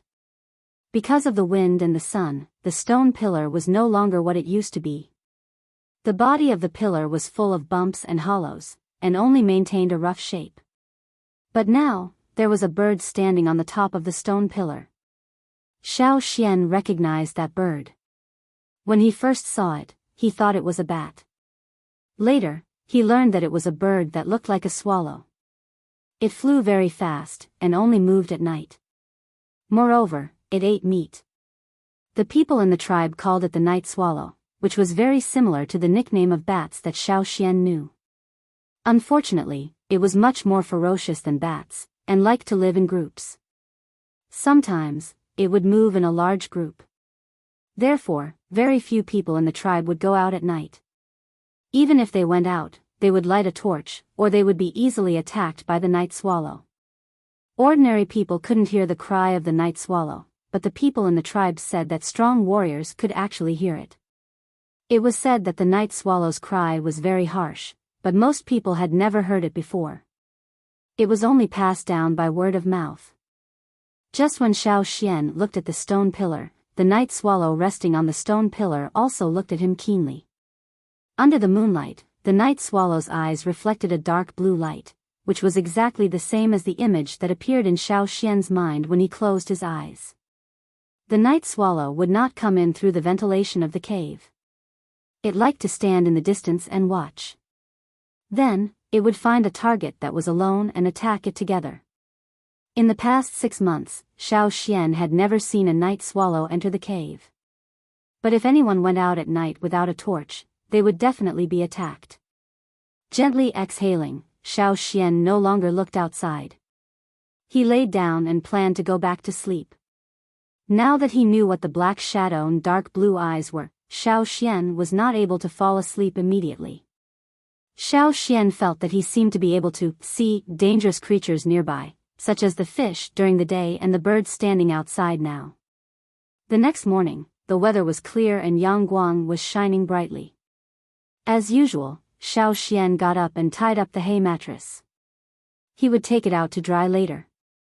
Clapping his hands, Xiao Xian said to the people lying in the cave, "Are you awake? How many of you are awake? Get up and follow me to fish." There was no response. "You can eat the fish you caught yesterday," Xiao Xian continued. There was a slight movement, but it was not loud. Some of the children were still in deep sleep, unable to be woken up by the thunder. Even if some of them woke up, they would still hesitate when they heard Xiao Xian's words. After all, it was a habit that had been formed for a long time, and they would not change just because of Xiao Xian's words. They were used to sleeping at this time of the day and waiting for food to be distributed in the afternoon. There were also some who opened their eyes but did not wake up. They yawned and went back to sleep. In the end, only 4 of the 20 children followed Xiao Xian out. The 2 oldest children in the cave were among them. Of the remaining 2, one was called Tuesday. He was very timid, which was a waste of such a domineering name. The other was called Ba. This child was a little stutterer. He was relatively simple and honest, except when he fought for food. These 2 children were both 11 years old, but their physiques were obviously different. Ba was a head taller than Tuesday. He looked about the same as the 2 oldest children in the cave who were 13 years old. Tu was very thin and small, about the same as Xiao Xian. Xiao Xian asked Caesar to dig up some stone worms. He still used yesterday's straw rope and the black hemisphere that could float on the water. Then he took the 4 children to the riverbank. Today, the 2 warriors were in charge of guarding the cave. They didn't go back last night. They had to guard the cave for 3 consecutive nights before they could be replaced. When they saw Xiao Xian, they even smiled and greeted him, exchanging a few words. The other 4 children in the cave were very surprised. They had never encountered such a situation in the tribe. Because of last night's incident, the 2 older children's desire to compete with Xiao Xian had lessened a little. Seeing the current situation, their desire to compete with Xiao Xian became even weaker. In their opinion, those who got along well with the warriors in the tribe would always get a lot of benefits. When they were in trouble, someone would help them. Ku, for example, was often envied by others because he knew some people on the mountainside. Xiao Xian prepared everything and told the four of them what they were going to do later. That's it.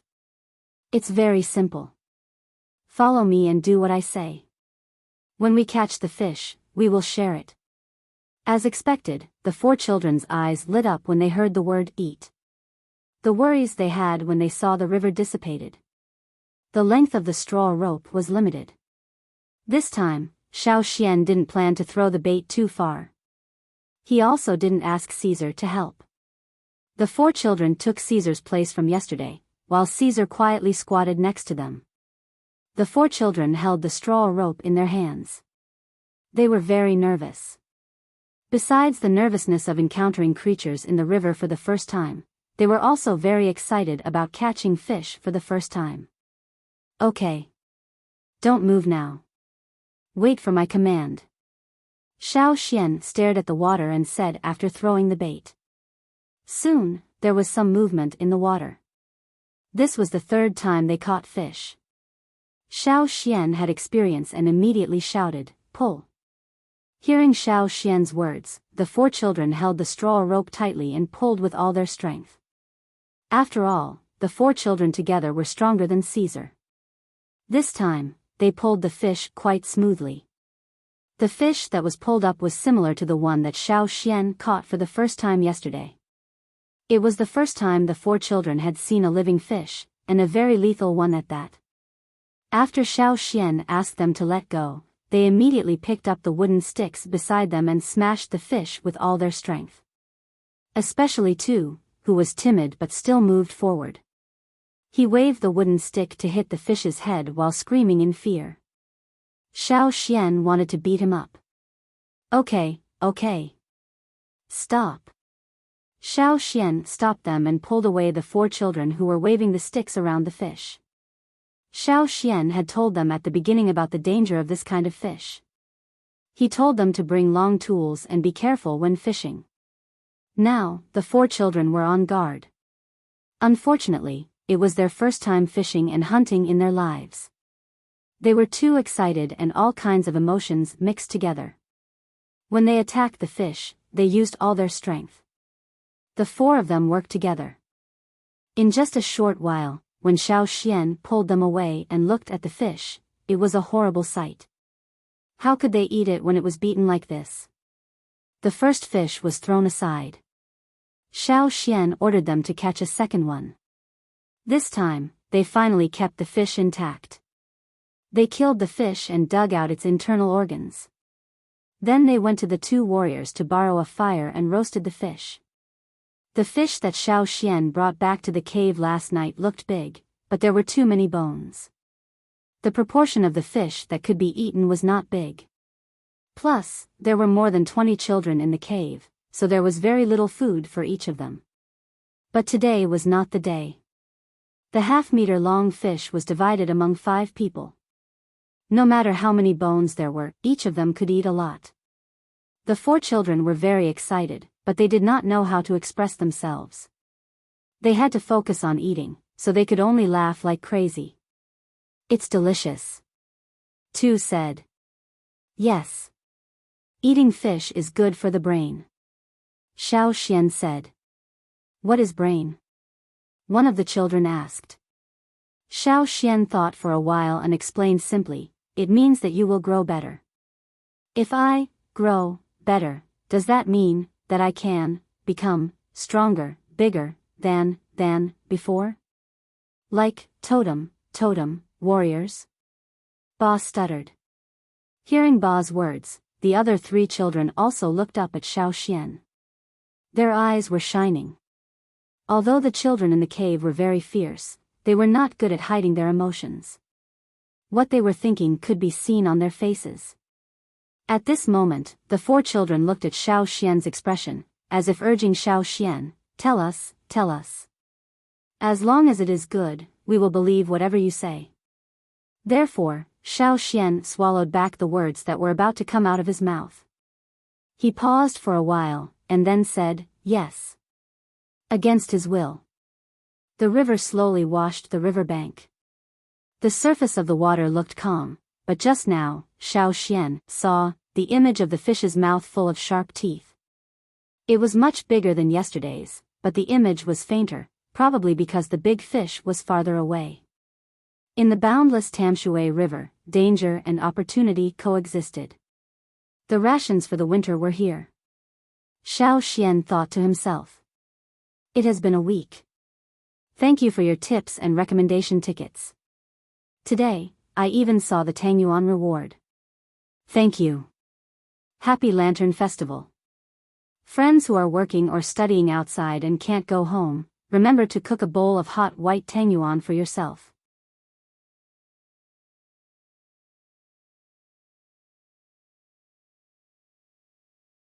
Chapter 11. After they were full, the 5 of them caught 6 more fish. One was given to Caesar, which was not roasted. Caesar liked to eat raw food. As for the remaining 5, Xiao Xian gave one to each of them as trophies. When Xiao Xian brought the 4 back, Uncle Gu, who was in charge of transporting food, had already arrived. However, he did not see Xiao Xian, so he waited outside the cave. The children in the cave had already formed a biological clock. Every day, they would wake up naturally at this time of the day. They would be energized, waiting for the food to be divided so that they would have the strength to fight for it. However, Xiao Xian was not here, and Uncle Gu did not give them any food. They were hungry, so they became anxious as they waited. 2 of them even fought with each other because of a little friction, which made their noses bleed. Uncle Gu sat quietly on the edge of the stone vat filled with food. He did not care about their dispute, nor did he let the children get close to the stone vat. The 20 children surrounded the stone vat, not daring to get close. If they did, they would be kicked away by Uncle Gu, and there would be less food. They did not dare to do that. Sitting on the edge of the stone vat, Gu, who was looking at the sky and thinking about something, sensed the movement. He looked towards the distance and saw 5 children and a wolf walking over. The one leading them was the new cave master, Xiao Xian. However, when Uncle Gu saw what they were dragging, his eyes opened wide, and he almost fell off the stone vat in excitement. Before Xiao Xian and the others came closer, Uncle Gu could not help but jump off the stone vat and walk over.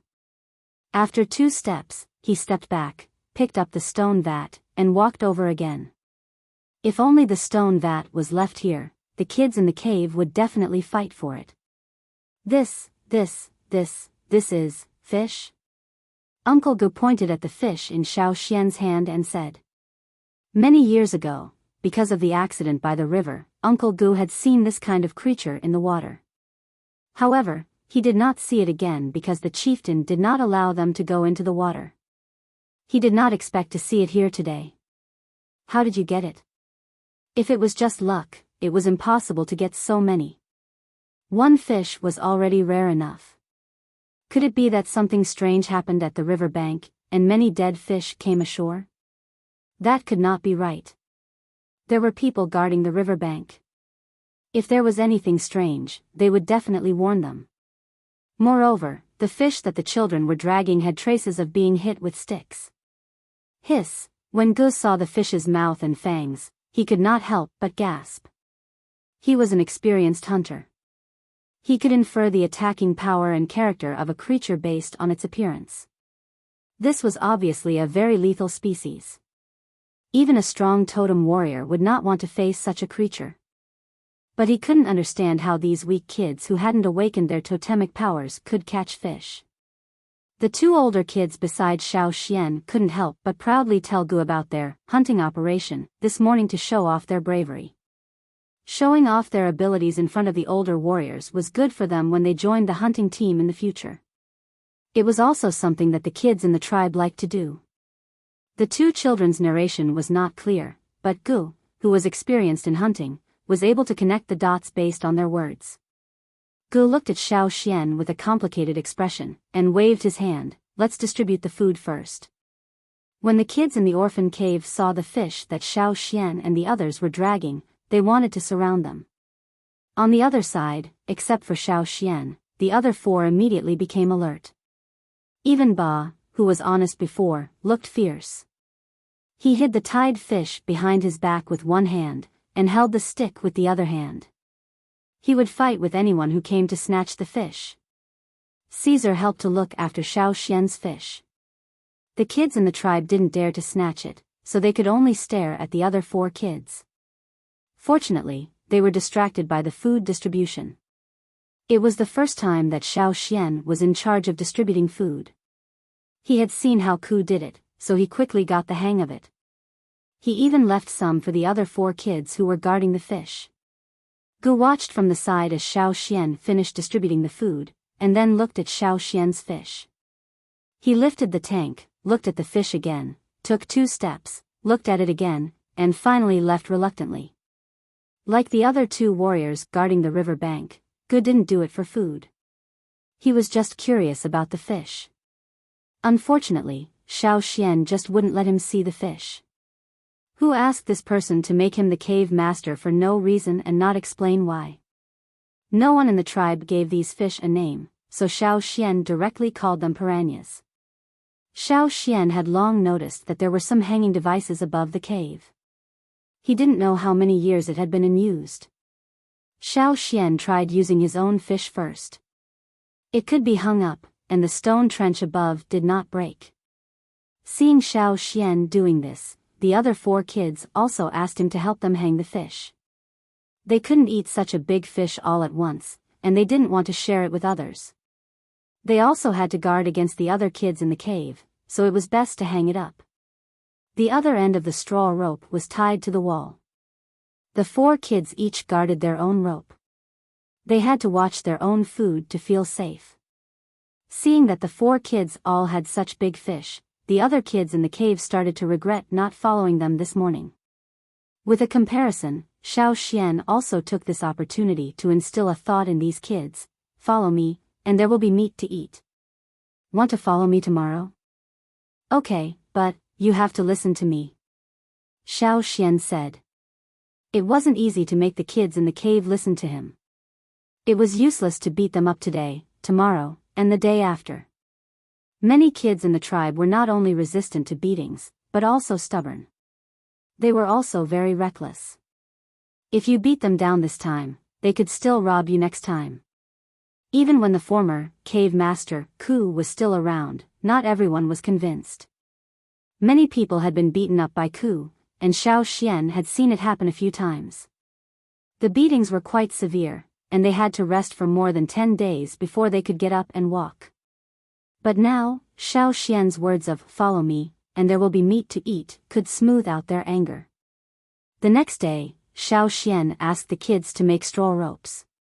In this season, there were many kinds of grass suitable for making straw ropes. The raw materials were easy to find, but not everyone knew how to make straw ropes. Many kids in the cave didn't know how to make straw ropes.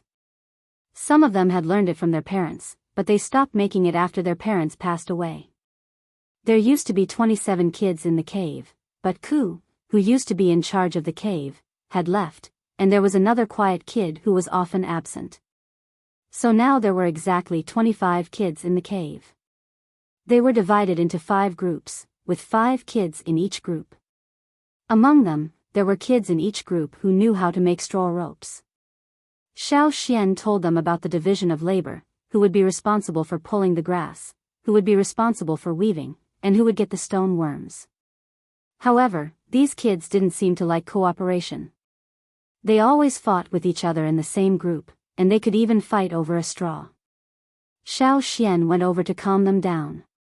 He thought for a while, and changed his words: now each of your groups is a hunting team. This is your own hunting team. Hunting team. Hearing the words, hunting team, the 20 kids were all lost in their thoughts. In the hearts of the kids in the tribe, hunting team was a very bright and high-end term. Only warriors who had awakened their totemic power could join. Joining a hunting team meant having a lot of food. They didn't expect that they could join a hunting team now, and start hunting right away. Just thinking about it made them excited. Xiaoxian looked at these kids, and said, okay, now those who don't want to join us, those who don't want to listen to my orders, and those who like to fight, step out. No one moved. The kid who stood in the front looked around, and felt that he was too conspicuous, so he quickly stepped back. He was afraid that he would be misunderstood as quitting. The kid who had just beaten the kid in his group was now very serious. He stood there obediently, and didn't feel that he was the kind of person who liked to fight. Okay, since no one quits, then let's go. Let's make a deal. Listen to my orders. Anyone who doesn't listen to me and acts on his own will be kicked out of the hunting team. Xiao Xian knew what these kids were afraid of, so he used the word hunting team to threaten them. These kids didn't have a good temper, but it was simple. You only needed to know what they cared about. Sure enough, they were much more obedient this time. But when it came to actual action, it was still not so smooth. By the river bank, the two warriors who were in charge of guarding stood not far away. They smiled as they watched Xiao Xian instructing the kids to fish in a hurry. Xiao Xian was so angry that he beat the kids up directly. The kids who were beaten up rolled on the ground, wiped the blood on their faces, and got up with a grin. They continued to pull the rope with a smile, and didn't care at all. The eyes of these little brats, which were usually dull, were all shining today. Especially when they saw the fish being pulled out of the water, they couldn't wait to jump a few times to vent their excitement. If it weren't for the fact that these fish were too aggressive and could scrape off their flesh with one bite, they would have rushed over to hold the fish and take a bite to mark it to show their sovereignty. For a few days, Xiao Xian took them to fish. There were many fish in the river, and they had a lot to catch every day. Even if they ate as much as they couldn't finish it all. However, these kids were probably afraid of hunger. When there was plenty of food, they would think of saving it. Some of them kept the experience that their parents had passed on to them, and kept the habit of hoarding food before the winter came. And some of them just followed the trend. They saw what others did, and they followed. These days were the happiest days for these kids since they lived in the cave. They looked more and more energetic day by day. Those who were sleepy in the morning woke up earlier than Xiao Xian. Xiao Xian was woken up early in the morning. At night, they would lie on the ground and stare at the big fish hanging above the cave. Even after the fire was extinguished, they continued to stare. Xiao Xian could still hear their laughter in the middle of the night, which made his hair stand on end. Really? What the fuck?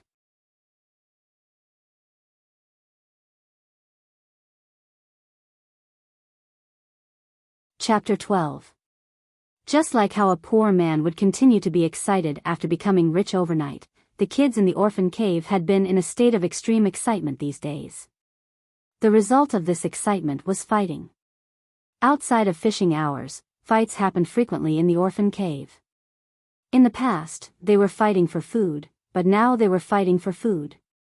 Sometimes, they would bring back their trophies. If anyone took the wrong fish, they would beat them without hesitation. Now, it was no longer a one-on-one fight. After Xiao Xian instilled in them the idea that a small group was another form of a hunting group, these children now gathered in groups of 5. Of course, they would fight against each other in groups, which was more intense than before. Xiao Xian sat next to them and sighed.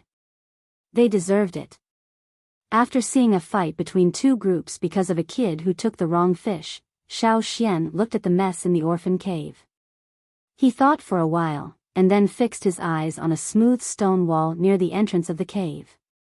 A long time ago, when the people in the tribe lived here, they polished the stone wall and carved words on it. Later, when the kids lived here, they rarely added words on the stone wall. Even if the kids in the orphan cave were bored or had a sudden inspiration to draw, they would only draw on the wall close to the ground. If the wall was higher, there would only be traces left from many years ago. Different times, different methods and depths of carving were also different. Some were painted with pigments made of plant pigments, while some were carved with stone knives. Many of the traces were blurred and discolored, and the original appearance could not be seen clearly. It would be a waste to just leave it there. Xiao Xian called the kids who were too excited and energetic, and asked them to pick up stones and start polishing the wall. There were some bigger stones in the depths of the cave, and they worked together to move them out. To polish the wall, they had to step on these stones, or they would not be tall enough. Now that they had something to do, these kids became more well-behaved. Besides, it was Xiao Xian's order, so no one objected. Even if they were unwilling, they would still take the stones to polish the wall. Because the walls had already been polished, he was only rubbing away the surface marks. When he felt that it was almost done, Xiao Xian took the charred tree branch and stepped on the rocks below. He wrote 5 groups from 1 to 5 on the wall. Who was the first group? Who were the 5 members of the second group? He explained everything clearly to them. To be safe, Xiao Xian even wrote down the names of the members of each group below the numbers of each group. Every once in a while, the tribe would send people to the cave to teach the kids the most basic things, such as counting, some common words, and so on. Xiao Xian learned the words here, but the kids in the cave were not willing to listen before, so they learned very little. Every time someone came, only Xiao Xian would listen carefully for a while. The kids in the cave all wore a stone card around their necks, and their names were written on the stone card. Even if they did not know how to write, and could not recognize many words, they could still recognize their own names. After writing down the names, the groups were divided, and the fish they brought back had to be written down. Xiao Xian only wanted to write down a number to record how many fish each group caught, but the kids were not satisfied. Looking at the fish hanging above the cave, Xiao Xian used a charcoal stick to draw some simple strokes on the cave wall. It was an abstract fish. 1 stroke was enough for each fish, as long as they could tell it was a fish. Finally, the kids were satisfied. They even asked the person in their group who was the best at counting to verify whether the number of fish drawn by Xiao Xian on the cave wall was the same as the number of fish they hung on the wall. Each fish was just a stroke, and there were only dozens of fish here, so it did not take much effort. Anyway, they had nothing to do. Plus, the cave was big enough, and the wall was wide enough, so it was not a problem to draw 1,000 fish. The place where Xiao Xian drew the fish happened to have a high vent on the opposite wall. During the day, Yang Guang's light would shine into the cave wall, so the calligraphy and paintings on the wall could be seen clearly. Therefore, every day when they were not fishing, the 5 children would sit together in the cave and weave straw ropes. After a while, they would look up at the wall of the cave and count the fish in their group. Then, they would count the fish hanging on their territory. Because of this, the kids' counting ability improved rapidly. In the past, they would rather use a stone stick than count, but now, they could count dozens of times a day without being urged. Xian, is it 12 after 10? It's 11. Oh, 11, 12, 13, 14. That's not right, Xian, why are there only 14 fish in our group? There are 15 on the wall. There's 1 missing. Who stole our fish? As he spoke, the kid and the other 4 in his group held wooden sticks and stones, looking at the other kids in the cave with gloomy eyes. Xiao Xian took a deep breath and pointed at the wall with the branch. Don't you see that there's a thick stroke on the fish at the front? That means you've already eaten it. You ate it last night. Do you want to spit out the food in your stomach to make sure? I can help you. Seems like it. The kid tilted his head and thought for a while. Then, he calmed down and threw away the stick. He sat down with the other 4 and continued to weave straw rope, as if nothing had happened. Xian, I heard from Uncle Ge that tomorrow's weather will be good. Are we still going to the river tomorrow? A kid asked expectantly. The other kids also pricked up their ears and stared at Xiao Xian with bright eyes, as if their hearts would be broken if Xiao Xian said no. Yes, as usual tomorrow. Xiao Xian walked out of the cave and looked at the sky. Now more than 20 kids in the cave were moving together. They were greedy and wished they could fish by the river bank all day long. But they also knew that it was best to move together with others, and they had to do so. The first reason was that they couldn't get stone worms. Xiao Xian had tried many kinds of worms that could be found in the tribe, but stone worms were the best for catching fish. Xiao Xian wouldn't give any stone worms to those who didn't listen to him. You don't listen to him and still want stone worms? Fine, you can go and dig them yourself. Without Caesar, you might not be able to get one even if you dug for half a day. Those stone worms moved much faster than earthworms underground. If they couldn't catch them in time, they would have to go back empty-handed. These days, it was Caesar who helped them dig out stone worms. The second reason why they had to move together was that they couldn't get the small black pieces that could float on the water. To get that, they had to catch a worm that lived in the black swamp. Unfortunately, except for Caesar, they couldn't get close to the black swamp. Because of this, Caesar's status in the cave had improved a lot. At least now, the kids didn't look at Caesar as if they were looking at food anymore. Some smart kids even learned to please him. They had seen Caesar gnawing animal bones before, so they gave Caesar fish bones. Unfortunately, Caesar had no interest in fish bones at all. Anyway, the relationship between these kids and Caesar had improved a lot. Xiao Xian didn't have to worry about when these kids would unite and roast Caesar. The next day, Xiao Xian was woken up early by these kids. He ran to the gravel field to dig out stone worms. Every time Caesar dug out a worm, Xiao Xian would give one to each team leader. A stone worm could be used 2 to 3 times. After digging it out, the worm would be cut in half. In a few minutes, the 2 halves would be able to move independently, turning from 1 worm into 2. If given more time, they would be able to grow as long as they were before they were cut. When everything was ready, Xiao Xian led them to the riverbank again. The warriors guarding the riverbank had changed, but they soon became familiar with Xiao Xian. For the past 2 days, they had seen Xiao Xian take the kids from the cave to fish here. Every day, he would give them a fish. So they had a good impression of Xiao Xian. Even the kids from the cave had changed a lot. Seeing the river, these kids couldn't hold back anymore. They rushed to throw the bait to catch the fish. But Xiao Xian suddenly stopped them. Back! Everyone back off. Don't touch the water. Don't throw the bait yet. Xiao Xian grabbed the kid who was rushing in the front and threw him back. He frowned and looked at the river. Something was wrong today.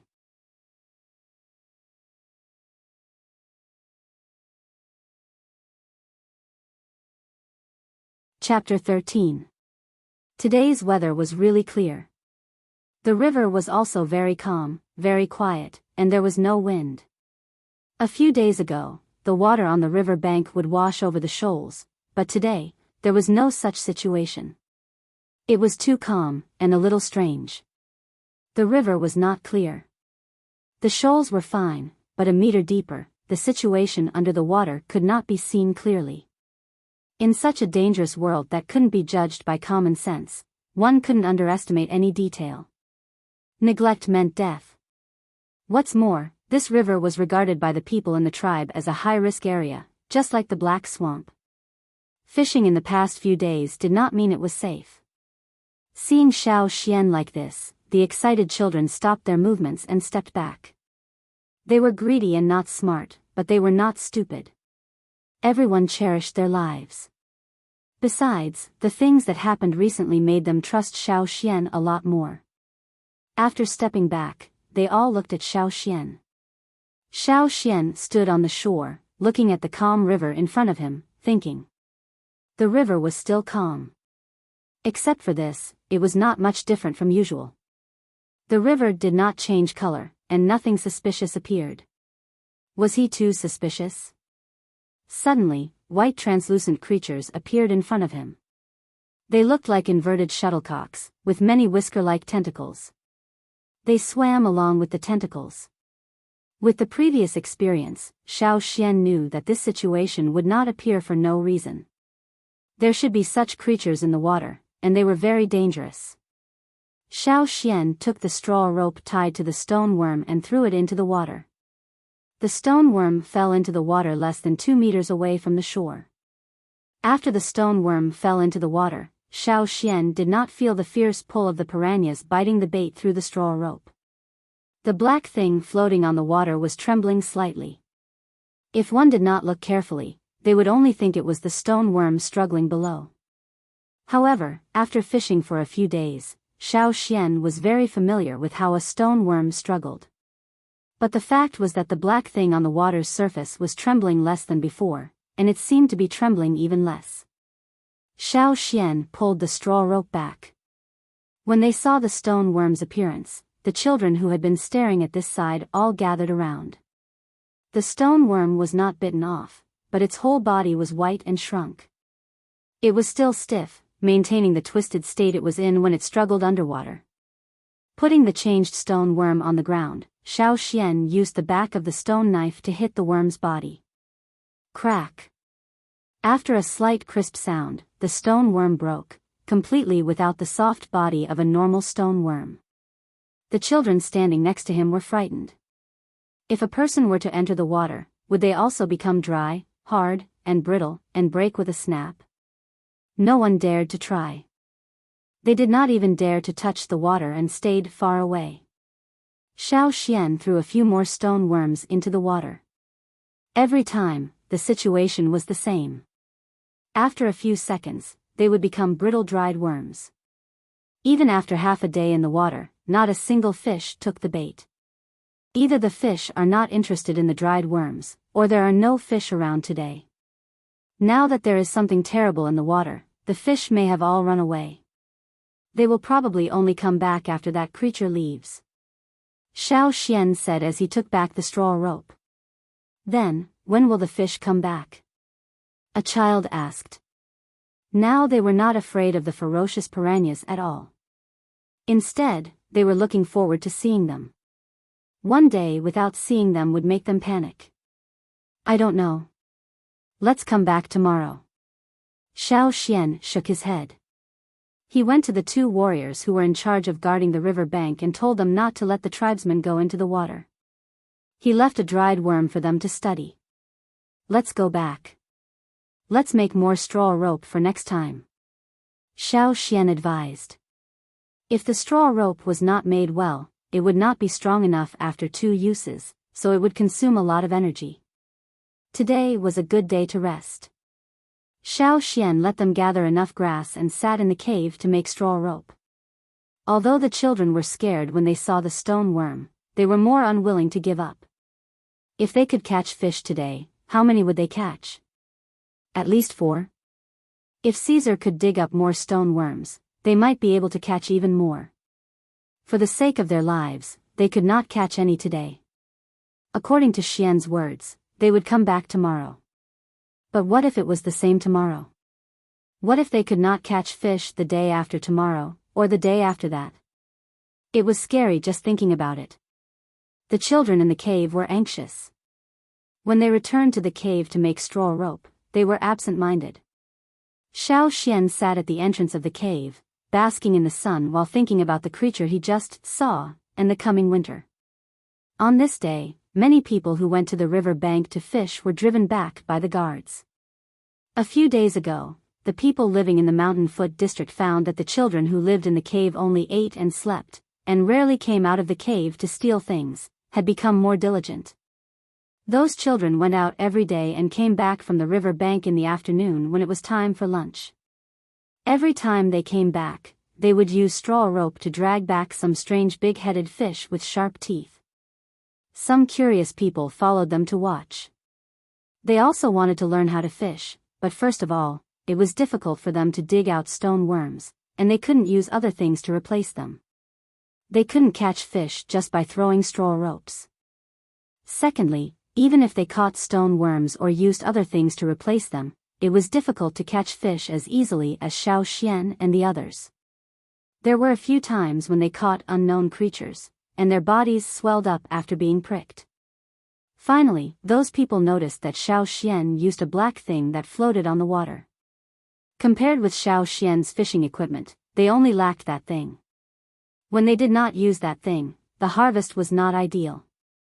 Xiao Xian analyzed the reason. It was probably because those piranhas did not like to live underwater. When they threw the bait with straw rope, it sank. Floating objects such as wooden blocks did not last long, and soon the bait would be dragged down by the creatures in the water. And once the stone worms came into contact with the soil and stones, they would easily escape. These two factors together led to the poor harvest. These days, Xiao Xian asked Caesar to help him catch some insects in the black swamp. He made a lot of small black pieces and used them to exchange for some meat and furs from the people in the mountain foot district. There was not much meat, so he distributed it to the children in the cave on the day of the exchange. As for the furs, even if they were not of good quality, it would make them feel better in the coming winter. Therefore, in addition to the children in the cave, some people in the mountain foot district who did not go out to hunt were also fishing. No one would complain about the lack of food. Winter was coming, and they would feel uneasy if they did not store more food. But today, they were all disappointed. Xiao Xian looked at another group of people who came back from the river with their heads down. He sighed. Suddenly, Caesar, who was lying next to him, stood up and stared in one direction. Xiao Xian looked over. There were a few big rocks about 20 meters away from the cave. Usually, if the weather was good, some children would lie on the rocks to bask in the sun. But now that there was something to do, no one would go there. At this time, there was no one on the rocks, but Xiao Xian saw a little bit of animal skin on the side.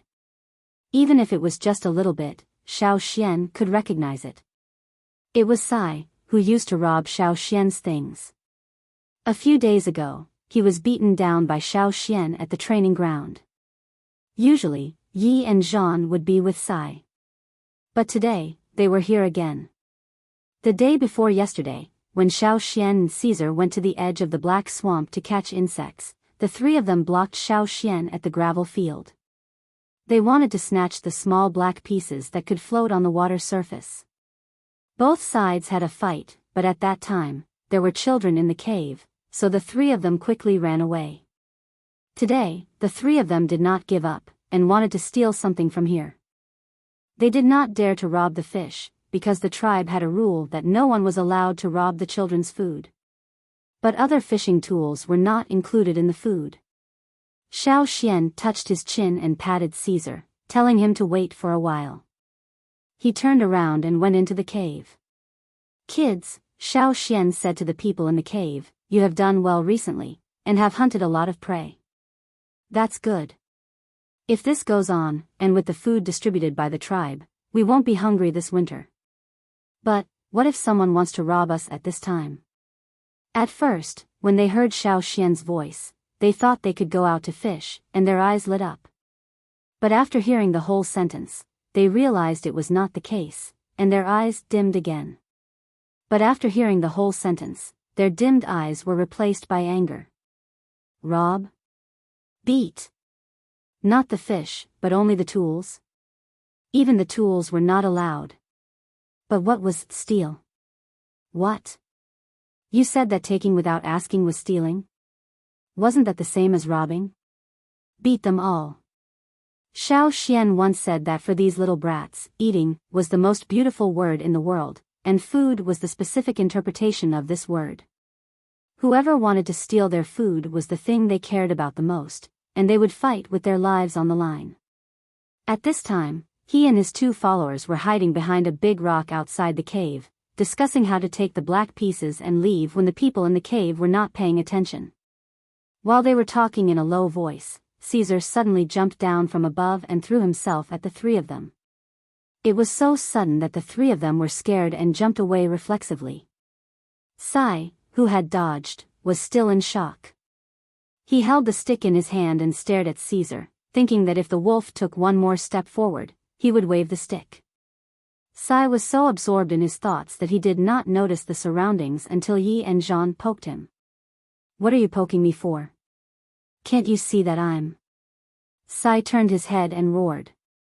But before he finished his words, Sai looked at the direction where Yi and Zhan were pointing and saw more than 20 little bastards standing at the entrance of the cave. They were holding wooden sticks, stones and other things, and were glaring at them with ferocious eyes.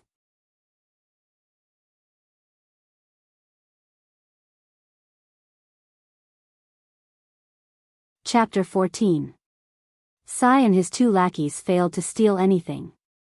Instead, they were chased by more than 20 aggressive kids in the cave and had to flee for their lives.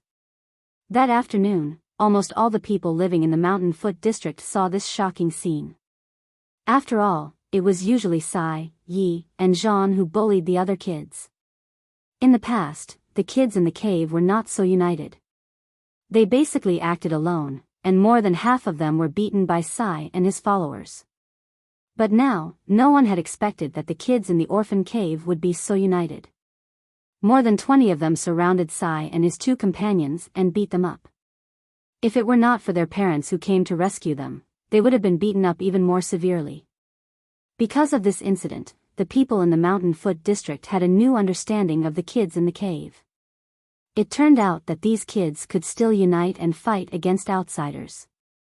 Those who had ulterior motives hid their thoughts when they saw this. Fighting didn't matter. The kids in the tribe were not afraid of it, and the adults didn't take it seriously. But being besieged by more than 20 kids was another thing. Even the kids couldn't do it. Who would be stupid enough to ask for trouble? After dealing with Sai, the troublemaker, Xiao Xian called the group of irritable kids back to the cave. After being chased and beaten, they should have vented some of their resentment, so they came back to do business. Some kids in the cave saw that Xiao Xian was exchanging fish for animal skins, so they came to ask for help from Xiao Xian. Those kids who were appointed by Xiao Xian to be in charge of the group were smart. They didn't want to get in touch with the people in the tribe, so they asked for help from Xiao Xian. In some kids' memories, they vaguely remembered that someone had taught them to prepare 2 things in winter. One was food, and the other was fur. The former would keep them from starving to death, and the latter would keep them from freezing to death. Even with the fur distributed by the tribe, there would still be kids who got sick every winter because of the weather.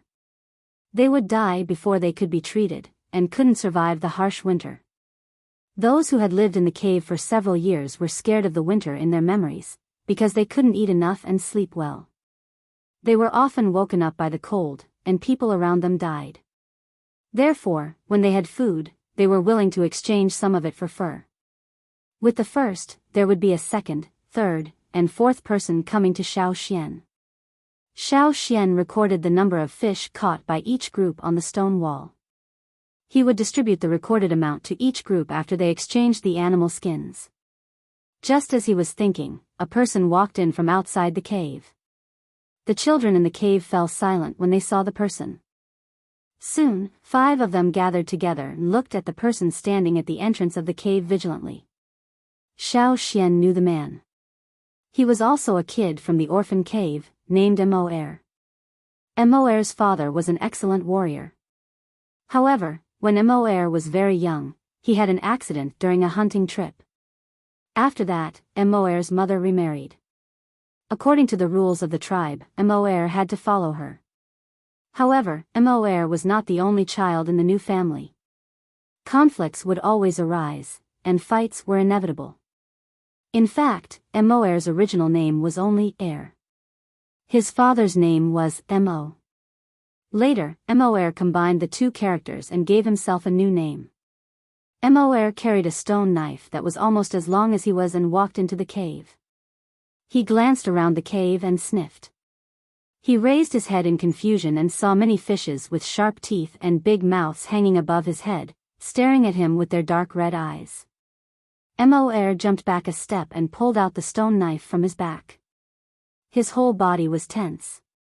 When Moer pulled out the knife, the others who mistakenly thought that Moer was going to rob the fish also stood up with their tools, staring at Moer vigilantly. What? Do you want to rob the fish? Although they had lived together in the same cave, since Xiao Xian divided them into groups, the 5 of them became a group.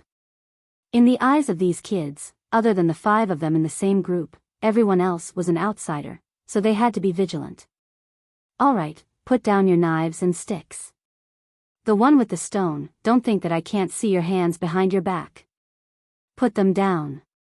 Xiao Xian shouted at the kids in the cave, then walked to Moer and pointed at the fish above his head. They're dead. Moer frowned and carefully looked at the fishes with sharp teeth. After confirming that they were really dead and posed no threat, he slowly put down the knife. It was hard to hold such a big knife all the time. After putting away the knife, Mor looked around again. Seeing this, Xiao Xian guessed that he was looking for Ku, so he said, "Ku went to the mountainside and won't come back in winter. Uncle Gu asked me to take care of this place." Mor nodded and said nothing. For him, it didn't matter who was in charge of the cave, but he was not used to the changes in the cave. With the knife on his back, Mor continued to walk into the cave. But this time was different. In the past, when he left for a period of time and came back, the cave was full of kids lying on the ground. No one cared when he left or came back. But this time, it was different. Everyone in the cave was staring at him. Wherever he went, they stared at him and refused to come close. While Mor was wondering why the cave changed so much after he left for a period of time, the other kids were also wondering why they were so smart now. With one more person, they would have to share some of the prey they hunted. No matter how they thought about it, they were reluctant. Everyone had their own thoughts and glanced at Xiao Xian at the same time, waiting for Xiao Xian to make a decision. Xiao Xian had heard from Ku that Mor's father had left him a lot of good things. The knife Mor was using was left by his father. Therefore, compared to the other kids in the cave, Mor could be counted as a rich second generation. However, this rich second generation was a bit different. He had a good life, but he would come back to the cave every once in a while. Several times, Mor was dragged back to the mountain by his mother who had remarried. But after a while, he would come back to the cave again. Maybe it was because he had a fight with the kids of the new family, or maybe it was because of some other reasons. No one asked, and Mor never told anyone. He was a man of few words, except for nodding or shaking his head. Otherwise, he would fight directly. The other kids in the cave only had one impression of him: he was very good at fighting, and no one could beat him. Even Ku, who had gone to the mountainside, was defeated by Mor. Therefore, unless it was absolutely necessary, the kids in the cave would not rob Mor's things.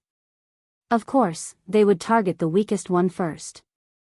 And those who tried to rob Mor had all been injured by him. "Mor, did you spend the winter in the cave?" Xiao Xian asked. Mor nodded. "Okay. There were 25 kids in the cave, and I divided them into 5 groups. Now that you are back, then," the other kids in the cave suddenly became nervous. They stared at Xiao Xian with their eyes wide open. Many of them even shook their heads at Xiao Xian, as if they were afraid that Xiao Xian would not see it. They were clearly telling Xiao Xian that they would not accept any new members. "Then you can join our group," Xiao Xian said. The other 4 groups all let out a sigh of relief. The nervousness on their faces faded away, and they could not help but feel happy. As for the 2 oldest kids in Xiao Xian's group, they were not happy about it. But since Xiao Xian said so, they did not object. They turned back to continue weaving straw ropes, and even glared at Mor. Mor did not care about the others' obvious rejection. At least on the surface, Xiao Xian could not see any resistance from Mor. Mor was still as silent as before. At night, some kids had already gone to bed. Some who could not sleep because they were worried about whether they could catch the fish the next day were weaving straw ropes absent-mindedly. They made a mess of straw ropes. No matter how hard they tried, they would always make mistakes. When they were angry, they would bite the straw ropes with their teeth. Xiao Xian was worried. The fire near the entrance of the cave was still burning, and the curtain at the entrance of the cave was not completely pulled down. In the dark night, the firelight coming from the cave was very obvious. The night swallows flying outside would also avoid the firelight and watch from afar. Mor walked to the entrance of the cave with his saber on his back. He put the big saber on his back aside, and pulled out 2 short sabers from his waist. One in each hand, he held them in reverse. He still could not hide his breath like the totem warriors. Therefore, as soon as he walked out of the cave, the night swallow flying in the dark sky noticed him. Xiao Xian sat near the fire, close to the entrance of the cave. He could see the sky outside the cave from here. There were 2 crescent moons in the sky. Yes, 2. When Xiao Xian first saw the moons in the night sky, he realized that this was an unexplainable fact. This was a new world that was far different from the one he was familiar with. Even all the rules and experiences he had mastered might not be applicable here. In this season, the 2 moons would move away from each other in opposite directions. The crescent moons could not bring much light to the night. Compared to a few days ago, the night was much darker. The night was getting darker and darker. When the 2 moons completely disappeared, winter would officially begin. Xiao Xian's eyes fell on Emoer, who was outside the cave. Judging from the way he held the saber and the way he was standing, Xiao Xian knew that he was a veteran. When the kids in the cave were still sleeping, Emoer began to practice his saber skills. Even though his father was gone, there was still someone to teach him. Holding the saber, Emoer stood there quietly, as if he was staring at the night sky in a daze. But Xiao Xian knew that Emoer was waiting for his prey to come to him. In the dark night, Night Swallow flashed around the cave. Their figures could not be seen clearly in the dark, and only slight sounds could be heard. There were many Night Swallow outside the cave, but they were hesitant because of the fire coming out from the cave behind Emoer. Only a few dared to rush up. Xiao Xian heard a rapid sound. There was a Night Swallow approaching. Emoer, who was standing there, suddenly moved. He held the saber in his hand and slashed to the left. His move was very straightforward, without any hesitation. Ding! He missed. Because he was close to the entrance of the cave, there was a flash of dazzling fire when the saber hit the wall. The Night Swallow had left, but there was a half-palm-long wound on Emoer's arm. The wound was caused by the shovel-like beak of the Night Swallow. But the Night Swallow was affected by Emoer's saber and changed its angle when it attacked. So the wound on Emoer's arm was not deep. If he had been hit by the Night Swallow's beak from the front, he would have at least lost a piece of his flesh, instead of the superficial wound on Emoer's arm. An excellent hunter should not only know how to hide, but also know how to be patient. Emoer did not show any pain because of the shovel-like attack. He did not even frown. His hand holding the saber was still steady, and he looked the same as before. He did not treat the wound, but just let the blood flow out little by little. The Night Swallow flashing in the dark night seemed to have smelled the blood in the air, and started to move restlessly. Xiao Xian could hear more and more small sounds of the Night Swallow flying in the air. Compared with the other kids in the cave, Emoer was too hard-working. When Ku was still in the cave, he did not understand why Emoer was practicing with the Night Swallow. In the eyes of the other kids in the cave, Emoer was looking for death. After Emoer left the cave, Ku muttered that he could live and eat well, but why did he come to this poor place and work so hard? Caesar was also a little irritable because of the Night Swallow outside the cave. Xiao Xian comforted it and got up to take it into the cave. However, after 2 steps, Xiao Xian stopped. He heard a sharp buzzing sound. At first, Xiao Xian thought it was an auditory hallucination. But then he wondered if it was because he had been thinking too much or something else that caused the tinnitus. But then he realized something was wrong. The sharp buzzing sound was getting louder and louder, as if the object that made the sound was approaching quickly. Ding!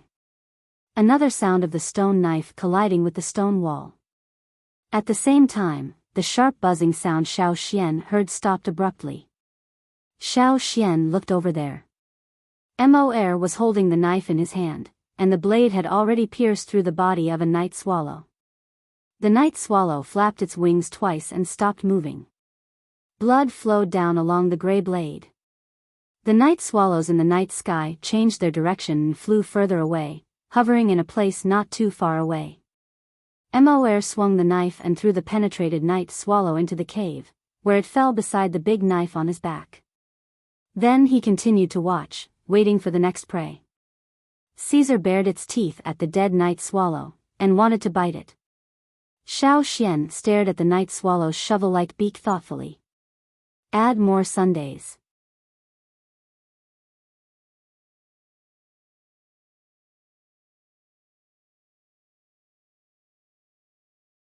Chapter 15.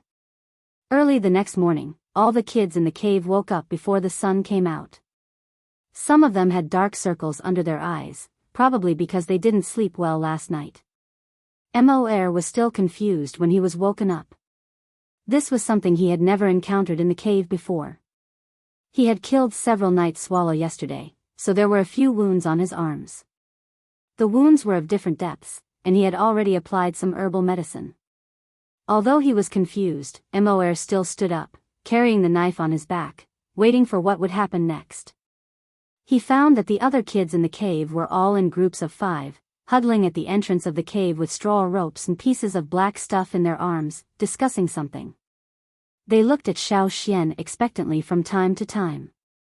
The sun is out. Today's weather must be good. We can go fishing. A kid looked at the sun in the sky and said. But yesterday's weather was also good, and we still couldn't fish. Will today be the same as yesterday? Another kid poured cold water on him. Most of the kids in the cave couldn't bear to hear such unlucky words. They all glared at the kid who just said, same as yesterday. No matter whether they could fish today or not, they still had to eat breakfast, or they wouldn't have the strength to work. Since he had some income, Xiao Xian would eat something every morning. At first, he didn't want to eat because of the other kids, but when he was fishing, he didn't have the strength to do it. The next day, he set up a stone pot just like Xiao Xian. There was no other way. If he didn't eat, he wouldn't have the strength to work. If he couldn't work, he would be hungrier than others. It was a vicious circle. After eating and drinking, he felt refreshed. Seeing Mor's actions, Xiao Xian asked him to go fishing with him. Mor contributed the night swallow he killed yesterday to the group for breakfast, and the others in the group also softened their attitude towards Mor. All the kids in the cave left, so there was no one to guard. Xiao Xian was not afraid that the things in the cave would be stolen. He took the straw ropes and the floating pieces of black stuff with him. As for the fish, the people in the tribe wouldn't steal the food of the kids in the cave, or they would be severely punished and despised by the whole tribe. Therefore, even if he put the fish out to dry, no one would come to take it. Other than these, there was nothing else in the cave that could attract the attention of the people in the tribe. There was no need to send someone to guard the cave. The Xiao Xian took the Caesar with him. The river was also very calm today, but it wasn't as eerily quiet as it was yesterday. Looking at the flickering waves on the water, Xiao Xian felt a little more at ease. He asked Ba and Tu to tie the stone worms on the straw ropes and bring them over. Then, he threw one stone worm to test it out. 20 children stood behind Xiao Xian. They stared unblinkingly at the stone worm that had been thrown into the water. When they couldn't see the stone worm, they nervously stared at the floating black block. Xian, how is it? He should be fine, right? Is the fish back yet? Someone couldn't help but ask softly. Xiao Xian stared at the surface of the water. He did not see the aquatic creatures with tentacles today, and the trembling of the black block had returned to its usual intensity. It was the stone worm struggling underwater. I don't think so. Before Xiao Xian could finish his sentence, he was interrupted by the situation on the surface of the water. The black block that had been floating on the surface of the water suddenly sank, and a familiar pulling sensation came from the rope. Xiao Xian was overjoyed. He and Ba tightened the straw rope in their hands and quickly pulled it back. There's a fish. It's a fish. The fish is back. Seeing this, the other children were so happy that they jumped on the spot. When the familiar ferocious face in the water was completely revealed, the 20 children finally felt completely relieved. It had only been a day, but they missed the fish so much.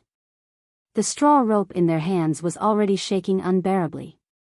After Xiao Xian gave the signal, the group of children began to skillfully catch fish in groups of 5. Mor, you go with them. 2. You tell him what to pay attention to.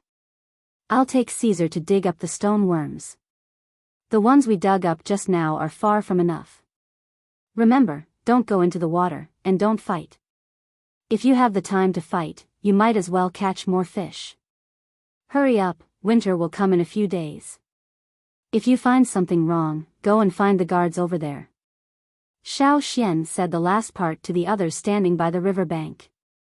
In fact, Xiao Xian didn't need to remind them. After what happened yesterday, these children especially cherished today's opportunity. None of them knew whether the fish would leave tomorrow, so it was better to catch more fish. Who would have the leisure to fight?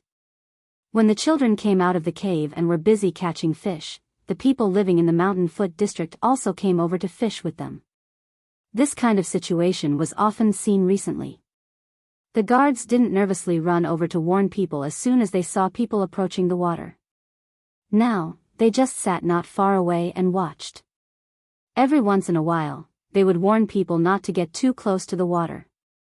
If they found anything unusual, they would inform them immediately. It had to be said that these fish did solve some people's urgent needs. Several families in the Mountain Foot district were injured when they went out to hunt. Before winter, they couldn't participate in the last hunting trip. If they didn't go out to hunt, there would be less food. Winter was difficult, and their families were anxious. But now, they were much more relaxed. Who would have thought that these fish in the water were so easy to hunt? Even the old, weak, sick, and disabled in the tribe could come and help. After going through these things, Xiao Xian was also known by the people in the Mountain Foot district. In the past, they only remembered a child who wandered around with a wolf every day. Now, because of the fish, they had to trade with Xiao Xian in exchange for the floating black pieces. Finally, they remembered Xiao Xian's name. When they heard that Xiao Xian wanted to trade for animal skins, they didn't care whether it was new or old. They all cleared out the animal skins that they didn't need for the time being and rushed to trade with Xiao Xian. When Xiao Xian arrived at the gravel field, there were already 7 or 8 people there. When they saw Xiao Xian, they even greeted Xiao Xian. When they heard that Xiao Xian said that they could fish by the river today, they all stared at the ground with even more eagerness. They couldn't wait to seize the nest of the underground stone worms and take it to the river to lure the fish. Recently, the stone worms in the gravel field were in trouble. As soon as they broke through the ground, they would be dug out by a swarm of people. Those who were more straightforward would cut themselves in half to escape, and those who weren't straightforward could only be pulled out of the ground whole. In the past, even if they crawled out of the ground and wriggled slowly in front of people, no one would give them a second look. But now, not to mention showing their heads, even if the gravel on the ground moved a little, people would go and dig to see if there were any stone worms underneath. They would pull them out as soon as they saw them. However, compared to Caesar, these people's efficiency was much lower. The people digging the stone worms in the gravel field saw that Caesar could dig out a stone worm with just a few sniffs, and they were envious. This wolf's nose was really fucking sharp. Some people thought about weaving a big net with straw rope to catch fish, but it turned out that this method didn't work. When they put the net down, they did catch a lot of fish, but before they could pull it up, the net was bitten through by the fish. When they pulled the net back, there was not a single fish in the broken net. So they had no choice but to use this troublesome method to catch fish one by one. In the afternoon, the children fishing by the river were called back to the cave by Xiao Xian. After eating the food distributed by the tribe, they didn't want to stay in the cave to make straw rope anymore. They had made enough straw rope yesterday, and there was still some time before dark, so they wanted to go fishing by the river for a while. Xiao Xian didn't object, but he didn't go with them in the afternoon. They had caught a lot of stone worms in the morning, and distributed them to 5 groups. It was enough for them to use. Looking at the moon last night, winter was coming soon. They had to catch more fish before winter came. Once winter came, the temperature outside would drop sharply, and the water near the river would freeze. At that time, people who hadn't awakened their totemic power wouldn't go out of the house. They couldn't withstand the wind and snow, and they didn't have thick fur clothes. Xiao Xian didn't go with the children to the river, but left the cave with 2 fish. Xiao Xian pulled one fish, and Caesar pulled the other one. He also carried an animal skin bag with him. In the bag were some stones of better quality that Xiao Xian had picked up from the training ground. Because more and more people came to the gravel field to dig for stone worms, Xiao Xian had moved the stones away. Now the cave was different from before, and the kids didn't dare to snatch the stones away from him. Every time he picked up good stone embryos that could be used to make tools, Xiao Xian would trade them with a stoneware craftsman for food, and the person who would choose to do the trade was fixed. Xiao Xian had observed several stoneware craftsmen in the Mountain Foot district, and he finally chose one. This stoneware craftsman was called Ku. It was said that he was responsible for setting traps in the hunting team, but he lost one of his legs in a hunt, so he quit the hunting team and became a stoneware craftsman in the Mountain Foot district. He usually helped others to make stoneware to make a living. Xiao Xian pulled the fish to a wooden house. Many of the houses around didn't have doors, but were covered with thick leather curtains or grass curtains made of vines. Ku's house was the same. Xiao Xian could hear the sound of stoneware being polished inside, so he called out, "Uncle Ku." The person inside didn't respond, but the leather curtains shook, which meant that the owner of the house allowed you to go in. Without permission, Xiao Xian couldn't lift the curtains directly.